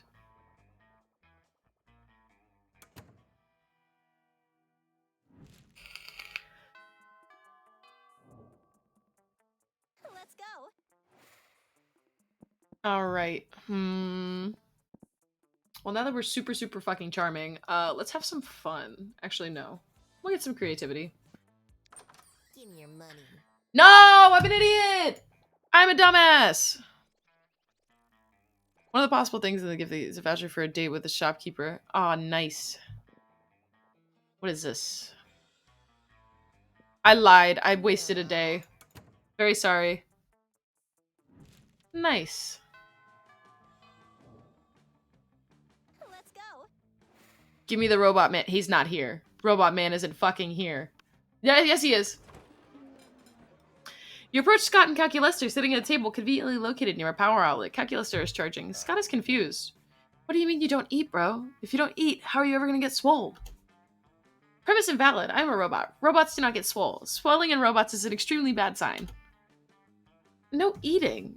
How do you live, bro? Technically, I do not live. It's one of my greatest sources of sadness. Aw, don't be sad, buddy. I know it'll cheer you up. So pizza! Pizza always cheers me up. Invalid suggestion. Pizza is a food, which I do not eat. I am not designed to consume organic material. Only electricity. But... You're actually pretty worried that Scott's hat is going to explode and then you're gonna have to clean it up. Better find a way to satisfy his curiosity. Scott, electricity is the coolest and most energetic thing to eat. Have you ever tried eating a lightning? Calculester, would you say I'm not designed to consume organic material? All I hear is that you're not trying hard enough. Lightning? That loud, bright thing that comes out of the sky? I hate lightning! Wuff, wuff, wuff! Negative, Scott. That loud thing is called thunder. Oh, what's lightning then? The bright thing that comes out of the sky, but without the noise. Great. Oh, wow. Noise-free lightning? That's just fat-free protein shake. It sounds so energetic. I'll go eat some right now. Please do not. But it's too late. Scott is already running around outside with his mouth open, staring at the sky. Good thing it's not raining or anything. Now you get to enjoy some alone time with Calculester. Epic. Let's go.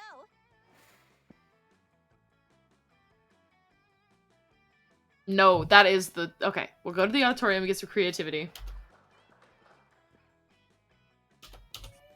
Epic. You're checking out some plates of pasta on your dating app. For people who are so lonely that they're starting to consider dating a plate of pasta. Luckily, Calculester interrupts you before you keep spiraling down like that.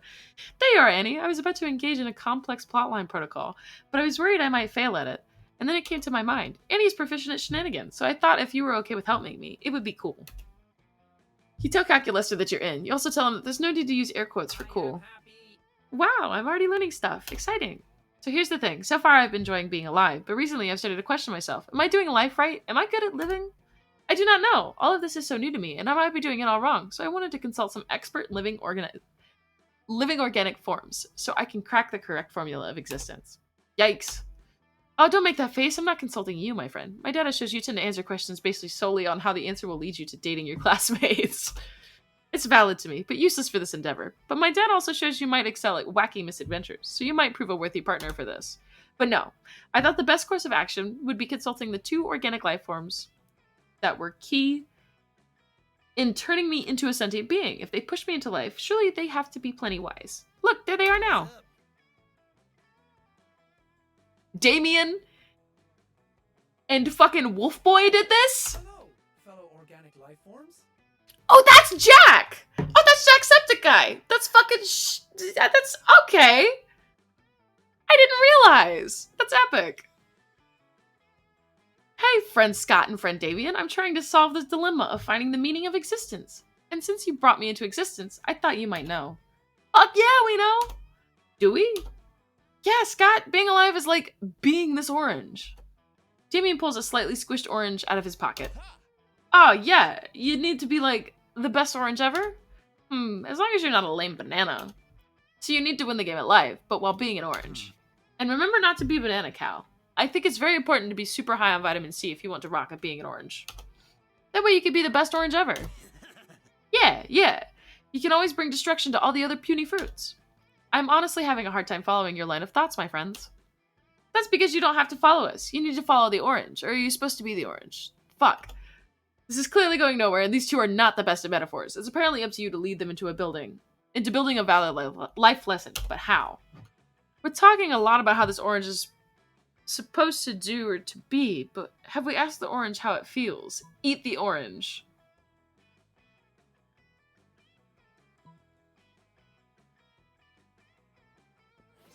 There we go. That was the correct answer. Ooh, that sounds like a very valid and thoughtful question. How do you think the orange feels about being the best orange? Let's ask it. Orange!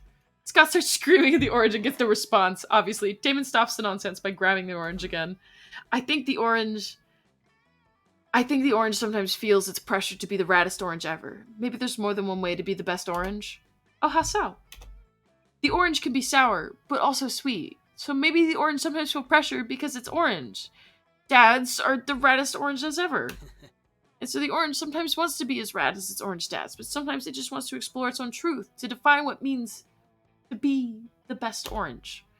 That's very insightful, friend Damien. So life can be about defining how to become the best orange possible, but it can mean different things for different oranges. Yes, I think so. Wow, this much thinking made me hungry. Can I eat the orange, Damien? No, I want to keep it for a while. Damien leaves looking at the orange in a very introspective way. Wow, friend Annie, we've gathered very useful data. I have high hopes for this wacky misadventure. Should we engage in high-fiving?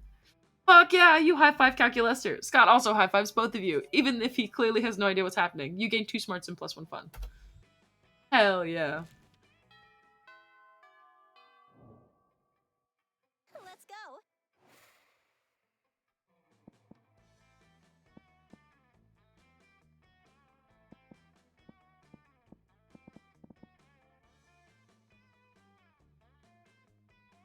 We're gonna go creativity again, just to get that number up there. You summon the devil, one of many, and make a deal to enhance your creativity just a bit. You lose 3 years of your life as your end of the deal, but who cares? They weren't happening in-game anyway. So true. But soft, what light through yonder window breaks? It's Annie, and they broke through the aforementioned window with an axe and is now trying to murder me. Ah! Yes, Annie. Minion of the Dark Knight. Kill the wizard. And I'm a tree, so everyone leave me alone. Get it?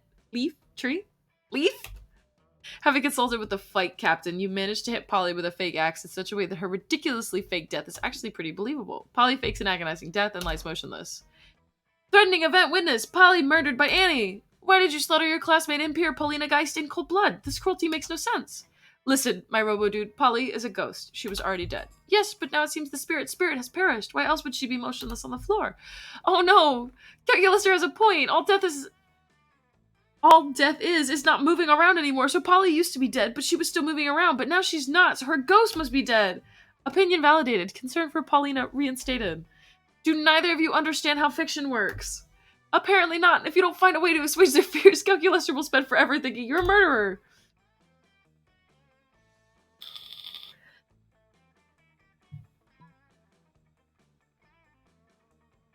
Fun fact, one money directly translated to one monster dollar, which directly translates to one Bitcoin, which means as of this moment, you've paid 26,598.50 US dollars for the former prom queen's used tampon. Oh, hell yeah.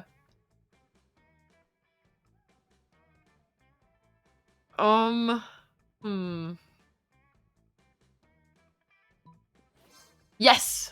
Let's go. You pick up the axe, hit your mark, and come at Calculister with a fake-ass axe. Calculister, no! You bring the axe down on Calculister's vulnerable foreman. Wait! Nothing happened. Yeah, because the axe is fake as fuck! It's literally foam! Have none of you seen an axe? My physical carapace is unharmed. Hardware and software both running smoothly. Yet I was hit with a weapon! Does not compute! Silly Calculister, it's because that axe is fake as fuck! That's what I said! I was just acting! I'm really good at it because it's basically just lying. Oh, Polly, thank goodness you're back. We thought you were dead. She is dead. She's a ghost. Nope, I've actually been a Pegasus this whole time. You have? Nope, got you again. Acting! Polly kicks her face, does a triple pirouette, and falls into the death drop. It's dope. You gain 3+ creativity vicariously. Hell yeah. Let's go. Where is my boy? He's sitting with Damien again. Sorry to abandon you, my buddy. Look at this little guy. That's cute. Friend Damien, I'm having trouble getting a positive ID on the objects in your possession. Would you declare their components? Sure thing, Robo-Bro. Robo-Bro, what I have here is a can of gasoline, a lighter, and the grin of a madman about to set the cafeteria table on fire. I comprehend now. It would seem to me that most logical extrapolation is that you are about to set a cafeteria table on fire. Damn, Calculator, how much plus smarts must you have to figure out that mystery? My intelligence cannot be calculated using your overly simplistic methods. However, my morality module indicates that setting a cafeteria table on fire is not within the bounds of acceptable school behavior. In fact, it seems to me in my metaphorical but not literal heart that this is not nice. Did I say that it was going to be nice? No! I said it was going to be awesome! Running back conversation to check for phrase gonna be awesome. Error, phrase not found. If I remember correctly, that little guy is in a relationship. I don't remember what the point is of a non-romanceable characters in cafeteria. I think it's either shop or stat increase if you really need. Fair enough. No, friend Amy, you never said it was gonna be awesome. I didn't need to. It was implied in the grin of a madman part. Calculaster, why are you trying to ruin my fun? It's a matter of perspective, Calculaster. Where you see a table, Damien sees a wood to set a flame to. Cook his food, so Damien's totally in the right to set it on fire. Calculaster is right, Damien. Be responsible. Don't set fire to this table. Set fire to the cafeteria table designated for arson. You know, the green one by the door with in case of needing to set fire to a table on it? Yes, friend Damien. Friend Annie is correct. We must always obey the rules. The rules of Asimov. The rules of Spooky High. The rules of the universe with all of its structure and order. Fuck structure and order! Fuck Asimov and Spooky High and fuck the universe! Stupid universe! Making things like tables you're not supposed to set fire to! But Damien, rules are there for a reason. All things are there for a reason. Like the designated arson table. The reason the designated arson table is there is so that you can commit arson. But I don't want to commit arson that follows the rules! I want to commit arson that sets the rules on fire! But friend Damien, if you set this table on fire, surely Crazy Martin, the werebear janitor, will give you detention, and you will set nothing more on fire for the day. Whereas if you set the arson table on fire, you may be free to set many more things on fire for the duration of this day and every day. Dope. I am happy. Thank you, friend Annie, for helping talk sense into Damien. I think we did a good deed here today.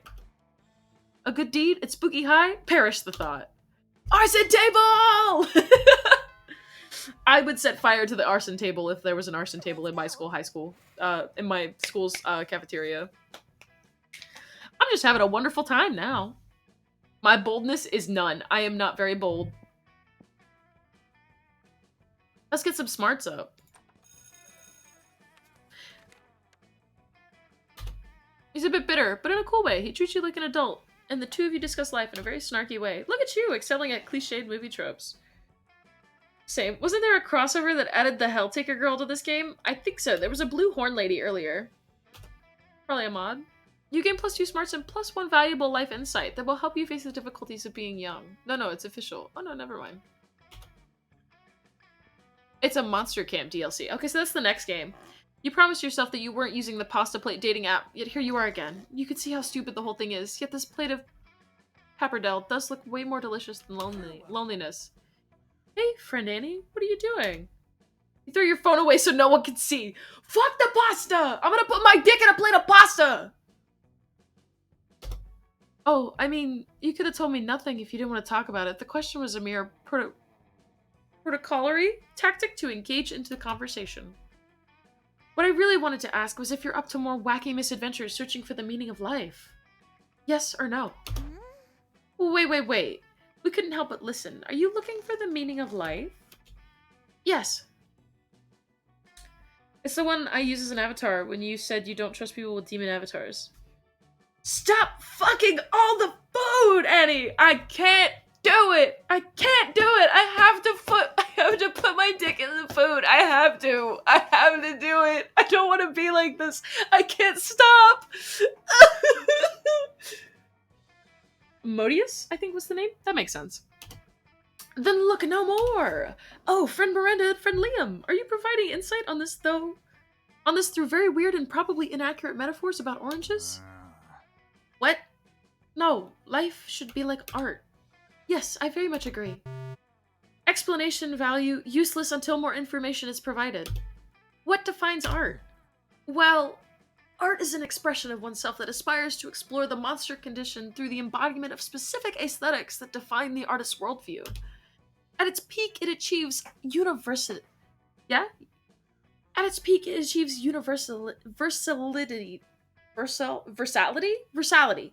while also being the most personal and individual form of expression. A big middle finger from the artist to the status quo as it ignores any convention or preconception. It's a very wordy definition, Liam. Don't listen to Liam. He uses too many words. How majestic. My favorite statues, paintings, and books are ones that are dedicated to me, so it's clear that art should be about me. Apparently Modeus isn't romanceable, but a player character? Okay. None of those definitions build a clear parallel that throws light on the meaning of existence.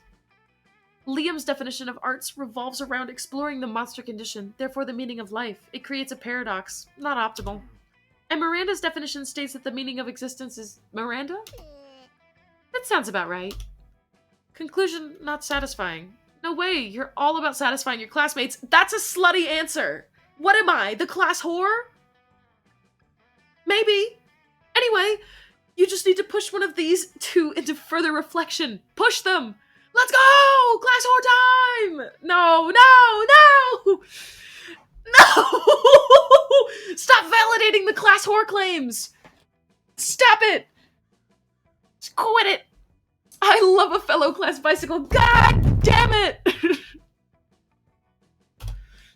You're always angsty about the status quo, Liam. Tell us, what's the status quo did to you? What's the origin of this rivalry? Sure, art might be about Miranda, but what's Miranda about? Holding the quote to you now? Fuck.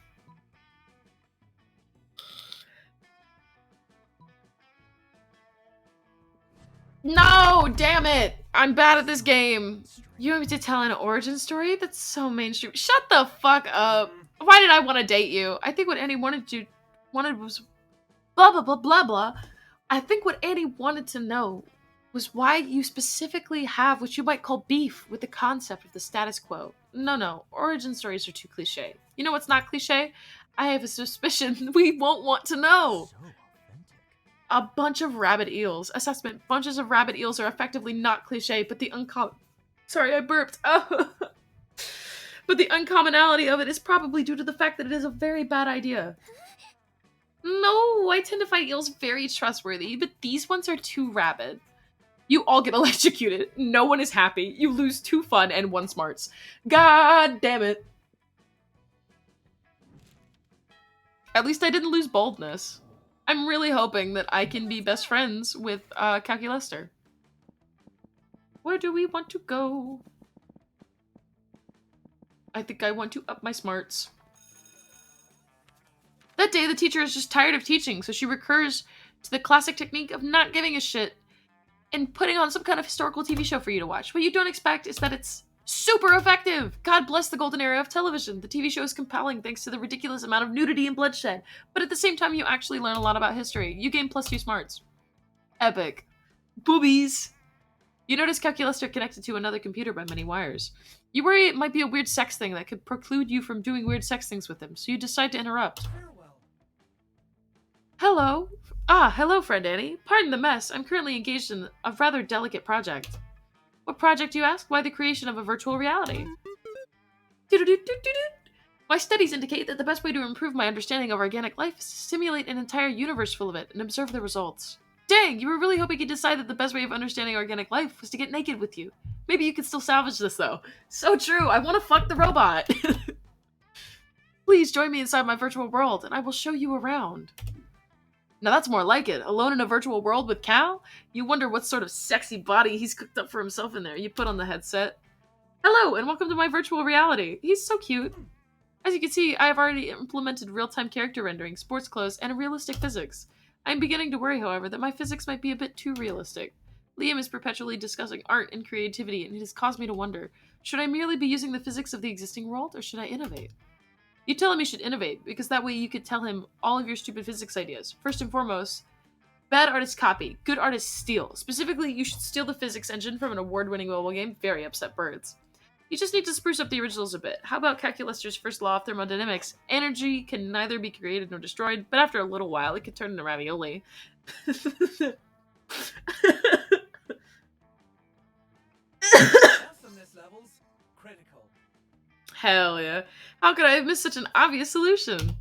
Quantitative analysis reveals that one of the primary issues with the current build of reality is a severe ravioli deficiency. What better way to rectify this deficit than by making ravioli the inevitable output of all energetic reactions? I will, of course, also have to make the ravioli indestructible, so that the law remains inviolable. I am happy. This has had the added benefits of providing an inbuilt solution to world hunger. Truly, if I ever have the good fortune to meet God, I shall lobby for this simple and brilliant change to the fabric of reality. Oh, wow, Calculus really seems to like your idea. That's weird because it's actually extremely stupid. Whatever, you gain +2 fun and 1 creativity. Hell yeah.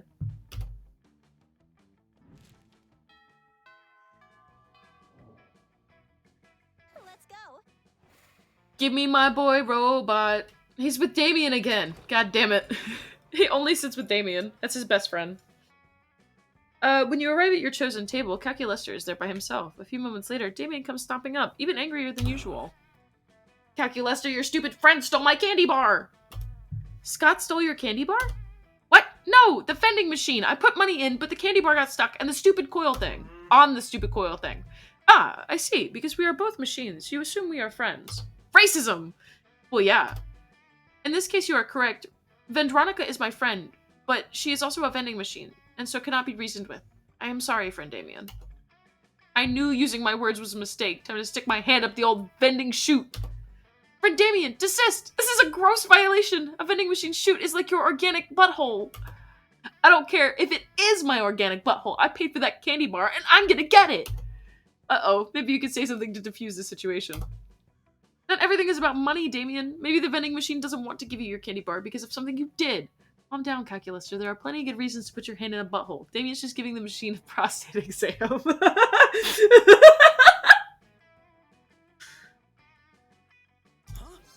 Something I did, but I've never done anything to this vending machine. Except for punch it occasionally when my quarters get stuck, or when I'm pissed off, or when I'm happy, or when I haven't punched something in a while. Oh. Calculaster, do vending machines not like getting punched? Nothing likes getting punched, friend Damien.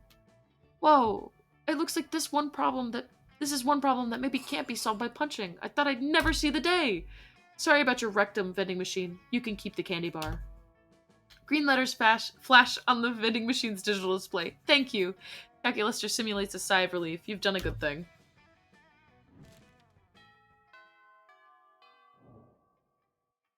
Let's go.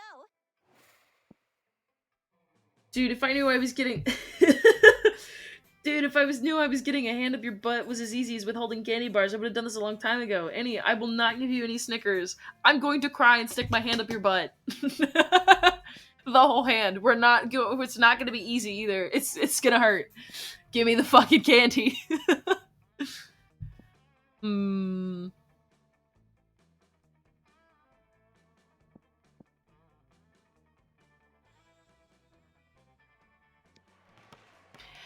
A day at Epic Dodgeball takes place.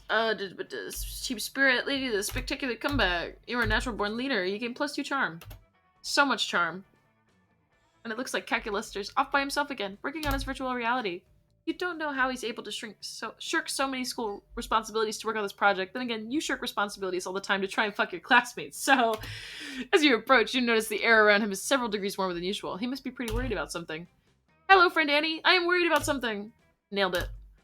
All was progressing well enough in my virtual world. Intelligent life evolved, developed a language and society, and kept senseless violence within standard parameters. It was going so well, in fact, that I decided to enter the reality myself to conduct a UX poll. Instead of providing me useful feedback, however, the citizens of my reality provided me with dead goats? Apparently, as the creator, I command a certain unanticipated level of awe and respect. I am, embarrassingly enough, a god to them. Oh, special ending. They have since designated the day of my appearance as a holy day, constructed an enormous and upsettingly phallic tower on the spot, and are currently murdering each other for control of said tower. Senseless violence has spiked well outside the acceptable range. And now, instead of improving their virtual society, the people are spending all of their time putting my face on various merchandise and co-opting popular music genres to sing my praises.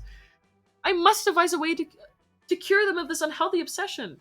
Fairly sure the easiest way to identify if you get a special ending is if there's any amount of continuity between events. Gotcha. But then I tried telling them to stop, all it did was spark a holy war. What to do? Involve your highest rank worshippers in a controversial scandal with minors. Produce a little grumpy niche. I'm scared. What do these options mean? The philosopher. Okay.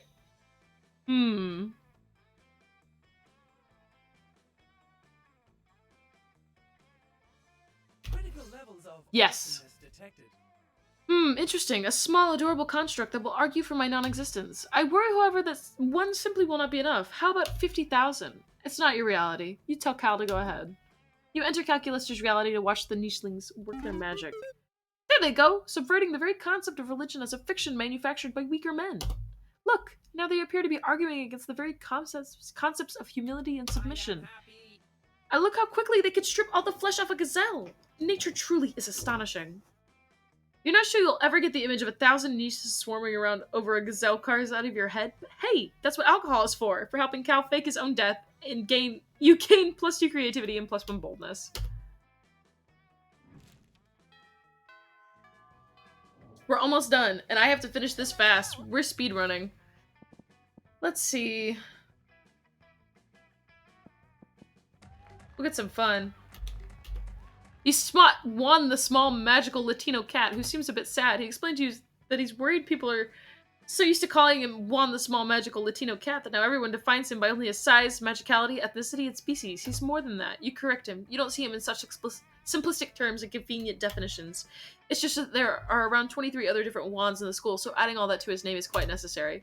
You tell him you'll never forget about him and the crazy adventures you both lived together in Monster Prom's prequel, Monster Middle School. You have a great time remembering those crazy stories. You gain +2 fun. A few minutes later, Calculister approaches you. You could tell he's nervous because all his fans are running at maximum speed. Hello, friend Annie. My calculations indicate that I possess greater than average amorous feelings in relation to you. He likes me? I am considering upgrading our relationship to more than friends. However, quantitative analysis of the relevant data pools indicates a disturbing trend. If a potential love interest cannot get along with their partner's parents, relationship success probability drops to 0.006%. I have what you organics call a good relationship with the library computers that function as my parental units. I would like you to meet them and receive their blessings. Since you are such a kind, upstanding individual, this should not be an issue. Oh, fuck.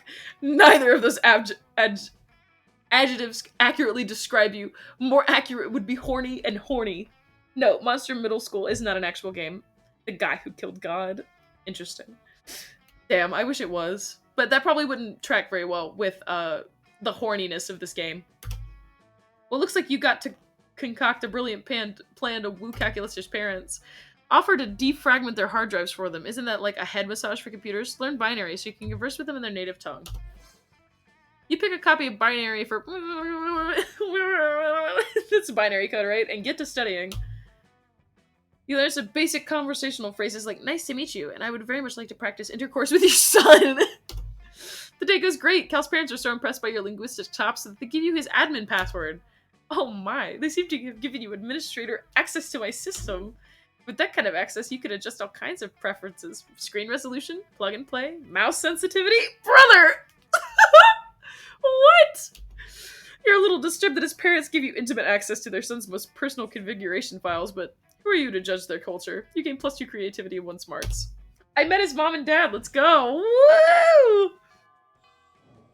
We're dating now. Let's go. Mouse sensitivity! Where's my boyfriend? He's not here. Where is he? Where's my boyfriend?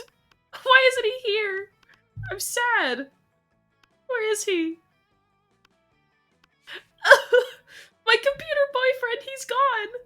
I'll sit with the coach. You ain't Scott and Damien shoveling hot dogs and mashed potatoes into their mouths while Coach cheers them on. Always believe in yourself. Go, boys, go! Munch your way to victory. Ah, there's no truer sport than an eating contest. Faith, Coach. ETH. Looks like it's a pretty fair fight so far, but where's the fun of that? Time to step in and tip the balance. Slather Damien's hot dogs and holy ketchup. You pull out your bottle of Brother Caliente's Fire, Son, and the Holy Ghost Pepper Ketchup and dump it on Damien's dogs. Yeah, finally a sauce hot enough for— Oh, fuck! My soul is melting! Always embrace youth. Power through, Damien. The heat you're feeling is just the fires of determination. No fire I can handle! This ketchup is fucking consecrated! I'm having an allergic reaction! Allergic reactions are just weakness leaving the body, Damien. Keep it up. I'm pretty sure that's wrong and dangerous advice, Coach. Wrong and dangerous advice, Coach. I quit. Job. Well, I guess that makes Scott the winner. Congratulations, Scott. Hooray! I love winning. Great, hooray. Now will someone take me to the nurse's office? Hooray, I love helping. Scott rushes off carrying David's smoking body, and you rush just a little closer to Scott's heart. That wasn't fair. My boyfriend wasn't there. And I'm sad about it. Take me to my boyfriend. Where is he? I would like a little money. Hell yeah, money. Becky Lester finds you afterwards. He's clearly flustered. In fact, he's hot to the touch. Stop touching him and ask him what's wrong. I will tell you what's wrong, friend Annie. My virtual society has become too intellectually advanced. I can't believe it. What happened? No, they have not solved war nor world hunger. You already have a boyfriend, and now... I can't believe it. You browse on the internet on another computer? Listen. What he doesn't know won't hurt him. They have not solved war, nor world hunger, nor Mondays, but they have begun to theorize about the nature of reality itself. Some believe that the entire world exists on the back of an enormous turtle. I am not worried about those people. Nor am I worried about those people who believe that life is but a dream. Those who believe it is a hallucination created by an evil demon offend me slightly. But the most worrisome by far are those who theorize that their entire world is merely a virtual construct. Surely, friend Annie, you can understand the inherent danger here. If my citizens discover that their reality is not real, they may rebel, destroying reality itself. Even worse, they will be sad, which I do not think I would be able to bear. Please use your organic deviousness to help me lie to them more efficiently. Organic deviousness is your middle name. You had it changed from regular deviousness because you care about the environment. You suggest. You send all your most suspicious citizens to an even more virtual reality so that they believe they have woken up in the real world. Your people are only asking so many questions because they have no mindless diversions to distract them. That said, have I told you about the Kardashians? No! Shit! That's the secret plot of— Ah! That's the lore of fucking— Ah! It's the Matrix, right? I should have picked the Matrix one. Interesting. You wish me to distract my citizens with enormous postures. Yes. Family squabbles and lavish lifestyle porn? Instead, I picked the Kardashians. It's not something I would have ever considered, and yet, if it has kept people in this reality from realizing they are in a simulation, has it not? Huh? Wait, what? Installing Kardashians.exe. One moment, please. Wait. Back up a second. Analyzing results of software update. Oh dear. The citizens are in revolt! They do not believe that anything in reality in which the Kardashians exist could possibly be real. But what about this reality? Is this what people call lame? Oh, no time to answer existential questions, Eddie. I have a virtual uprising to address. I fucked up. I fucked it up. You lose 2 boldness and 1 charm. Wait, if this reality is real, why are your character traits represented by numbers? I fucked up. Who am I asking to prom? My boy, My Calculester. name is Calculester. Let's go. Please, Calculester, take me to the prom. You finally pluck up your courage and ask your beloved to go to the monster prom with you. I don't know any. I have stored countless images of you failing again and again in my memory RAM. No, please! And I have quite a lot of memory RAM, and yet your failures have taken like a third of it. I even made a silly loop of the footage with lo-fi hip-hop playing in the background to make it less depressing. No, did I fuck it up? Is this what people call lame? No. I met his parents, though!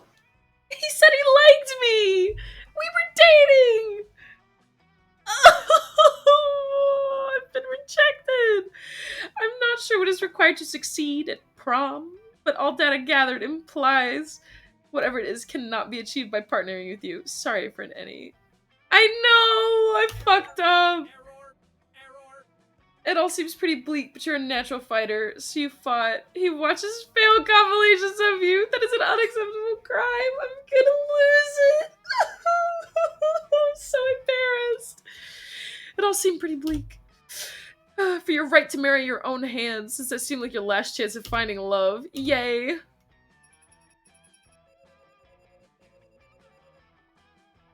Most likely to own mayo jar as a pet?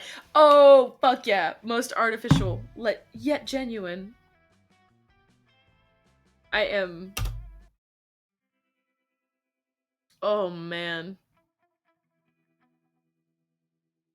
Okay, so there's a lot more people in this picture. 6 weeks were maybe the most epic and absurd weeks of our lives. And after the monster prom, we kept on living our lives. Falling in love, battling for friendship, blah blah blah. Blah blah blah blah. Who are we gonna learn about? Calculuster went to Robo University and majored in macrorobotics. He's now 250 feet tall and fights against weird giant creatures, protecting Tokyo 3. I miss him. Polly took a summer job as the ghost of Christmas present. Getting called out on your love of mayonnaise. So true. She spent most of her time partying. There was almost no work because, you know, it was summer. Liam started as an iconoclastic band that broke all conventions. Their latest album has been a hit. It has no songs at all. The album is actually just a banana set on fire. And to be sure, Liam doesn't care if you don't get it. And for the 6 weeks, the Monster Prom seemed larger than life, and then it was gone, just like that. The battle for Monster Prom might have ended then, but there were plenty of battles left in that war called youth. But once again, we were young and unafraid, and we were ready to start. What next? Stream's over is what next. I gotta go pick Clown Cat up from work, nerds. We're gonna watch this. No, I have to. I have no choice. No! It's the middle of the fucking night! Are you insane? Okay, Annie, for later. Enjoy your ride. I will. Go on, Nova.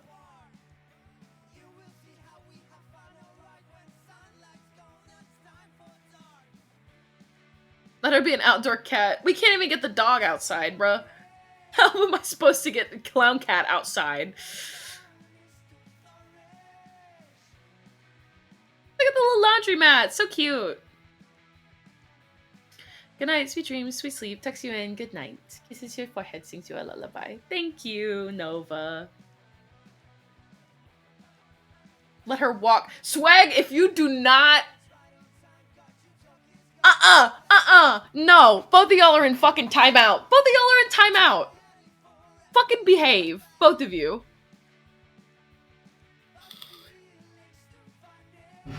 Swag, you weren't even here the whole time.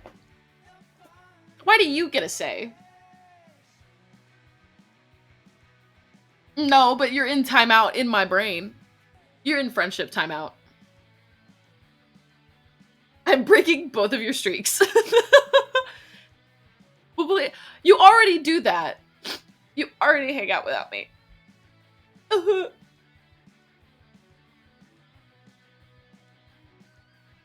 Can't believe you two played Minecraft together. Crying. So true. So true, Swag. See, Nova gets it. I also have a job. What do you mean? Thanks for playing. Thank you, everyone who came. A paper map, so vintage. You've unlocked 10 new images in the gallery. Epic. Let's look.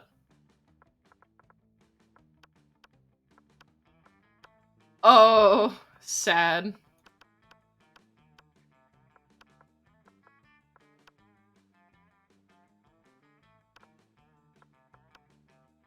This lady showed up. Hold on, what happened?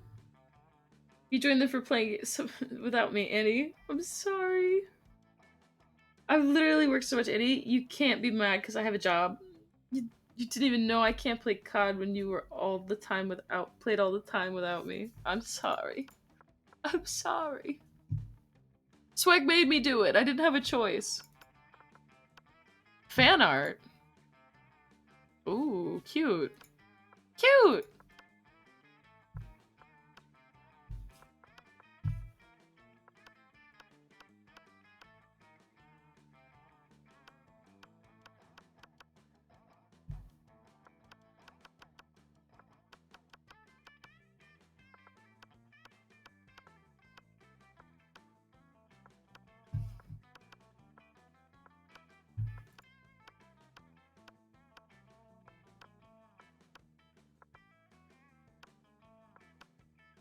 Cool. Alright. I think that's it for the night. Y'all have a good night. Thanks for coming to stream. Appreciate it. I see y'all Saturday with Sherlock Holmes and the Devil's Daughter. Good night. I will be very safe on my drive. Goodbye.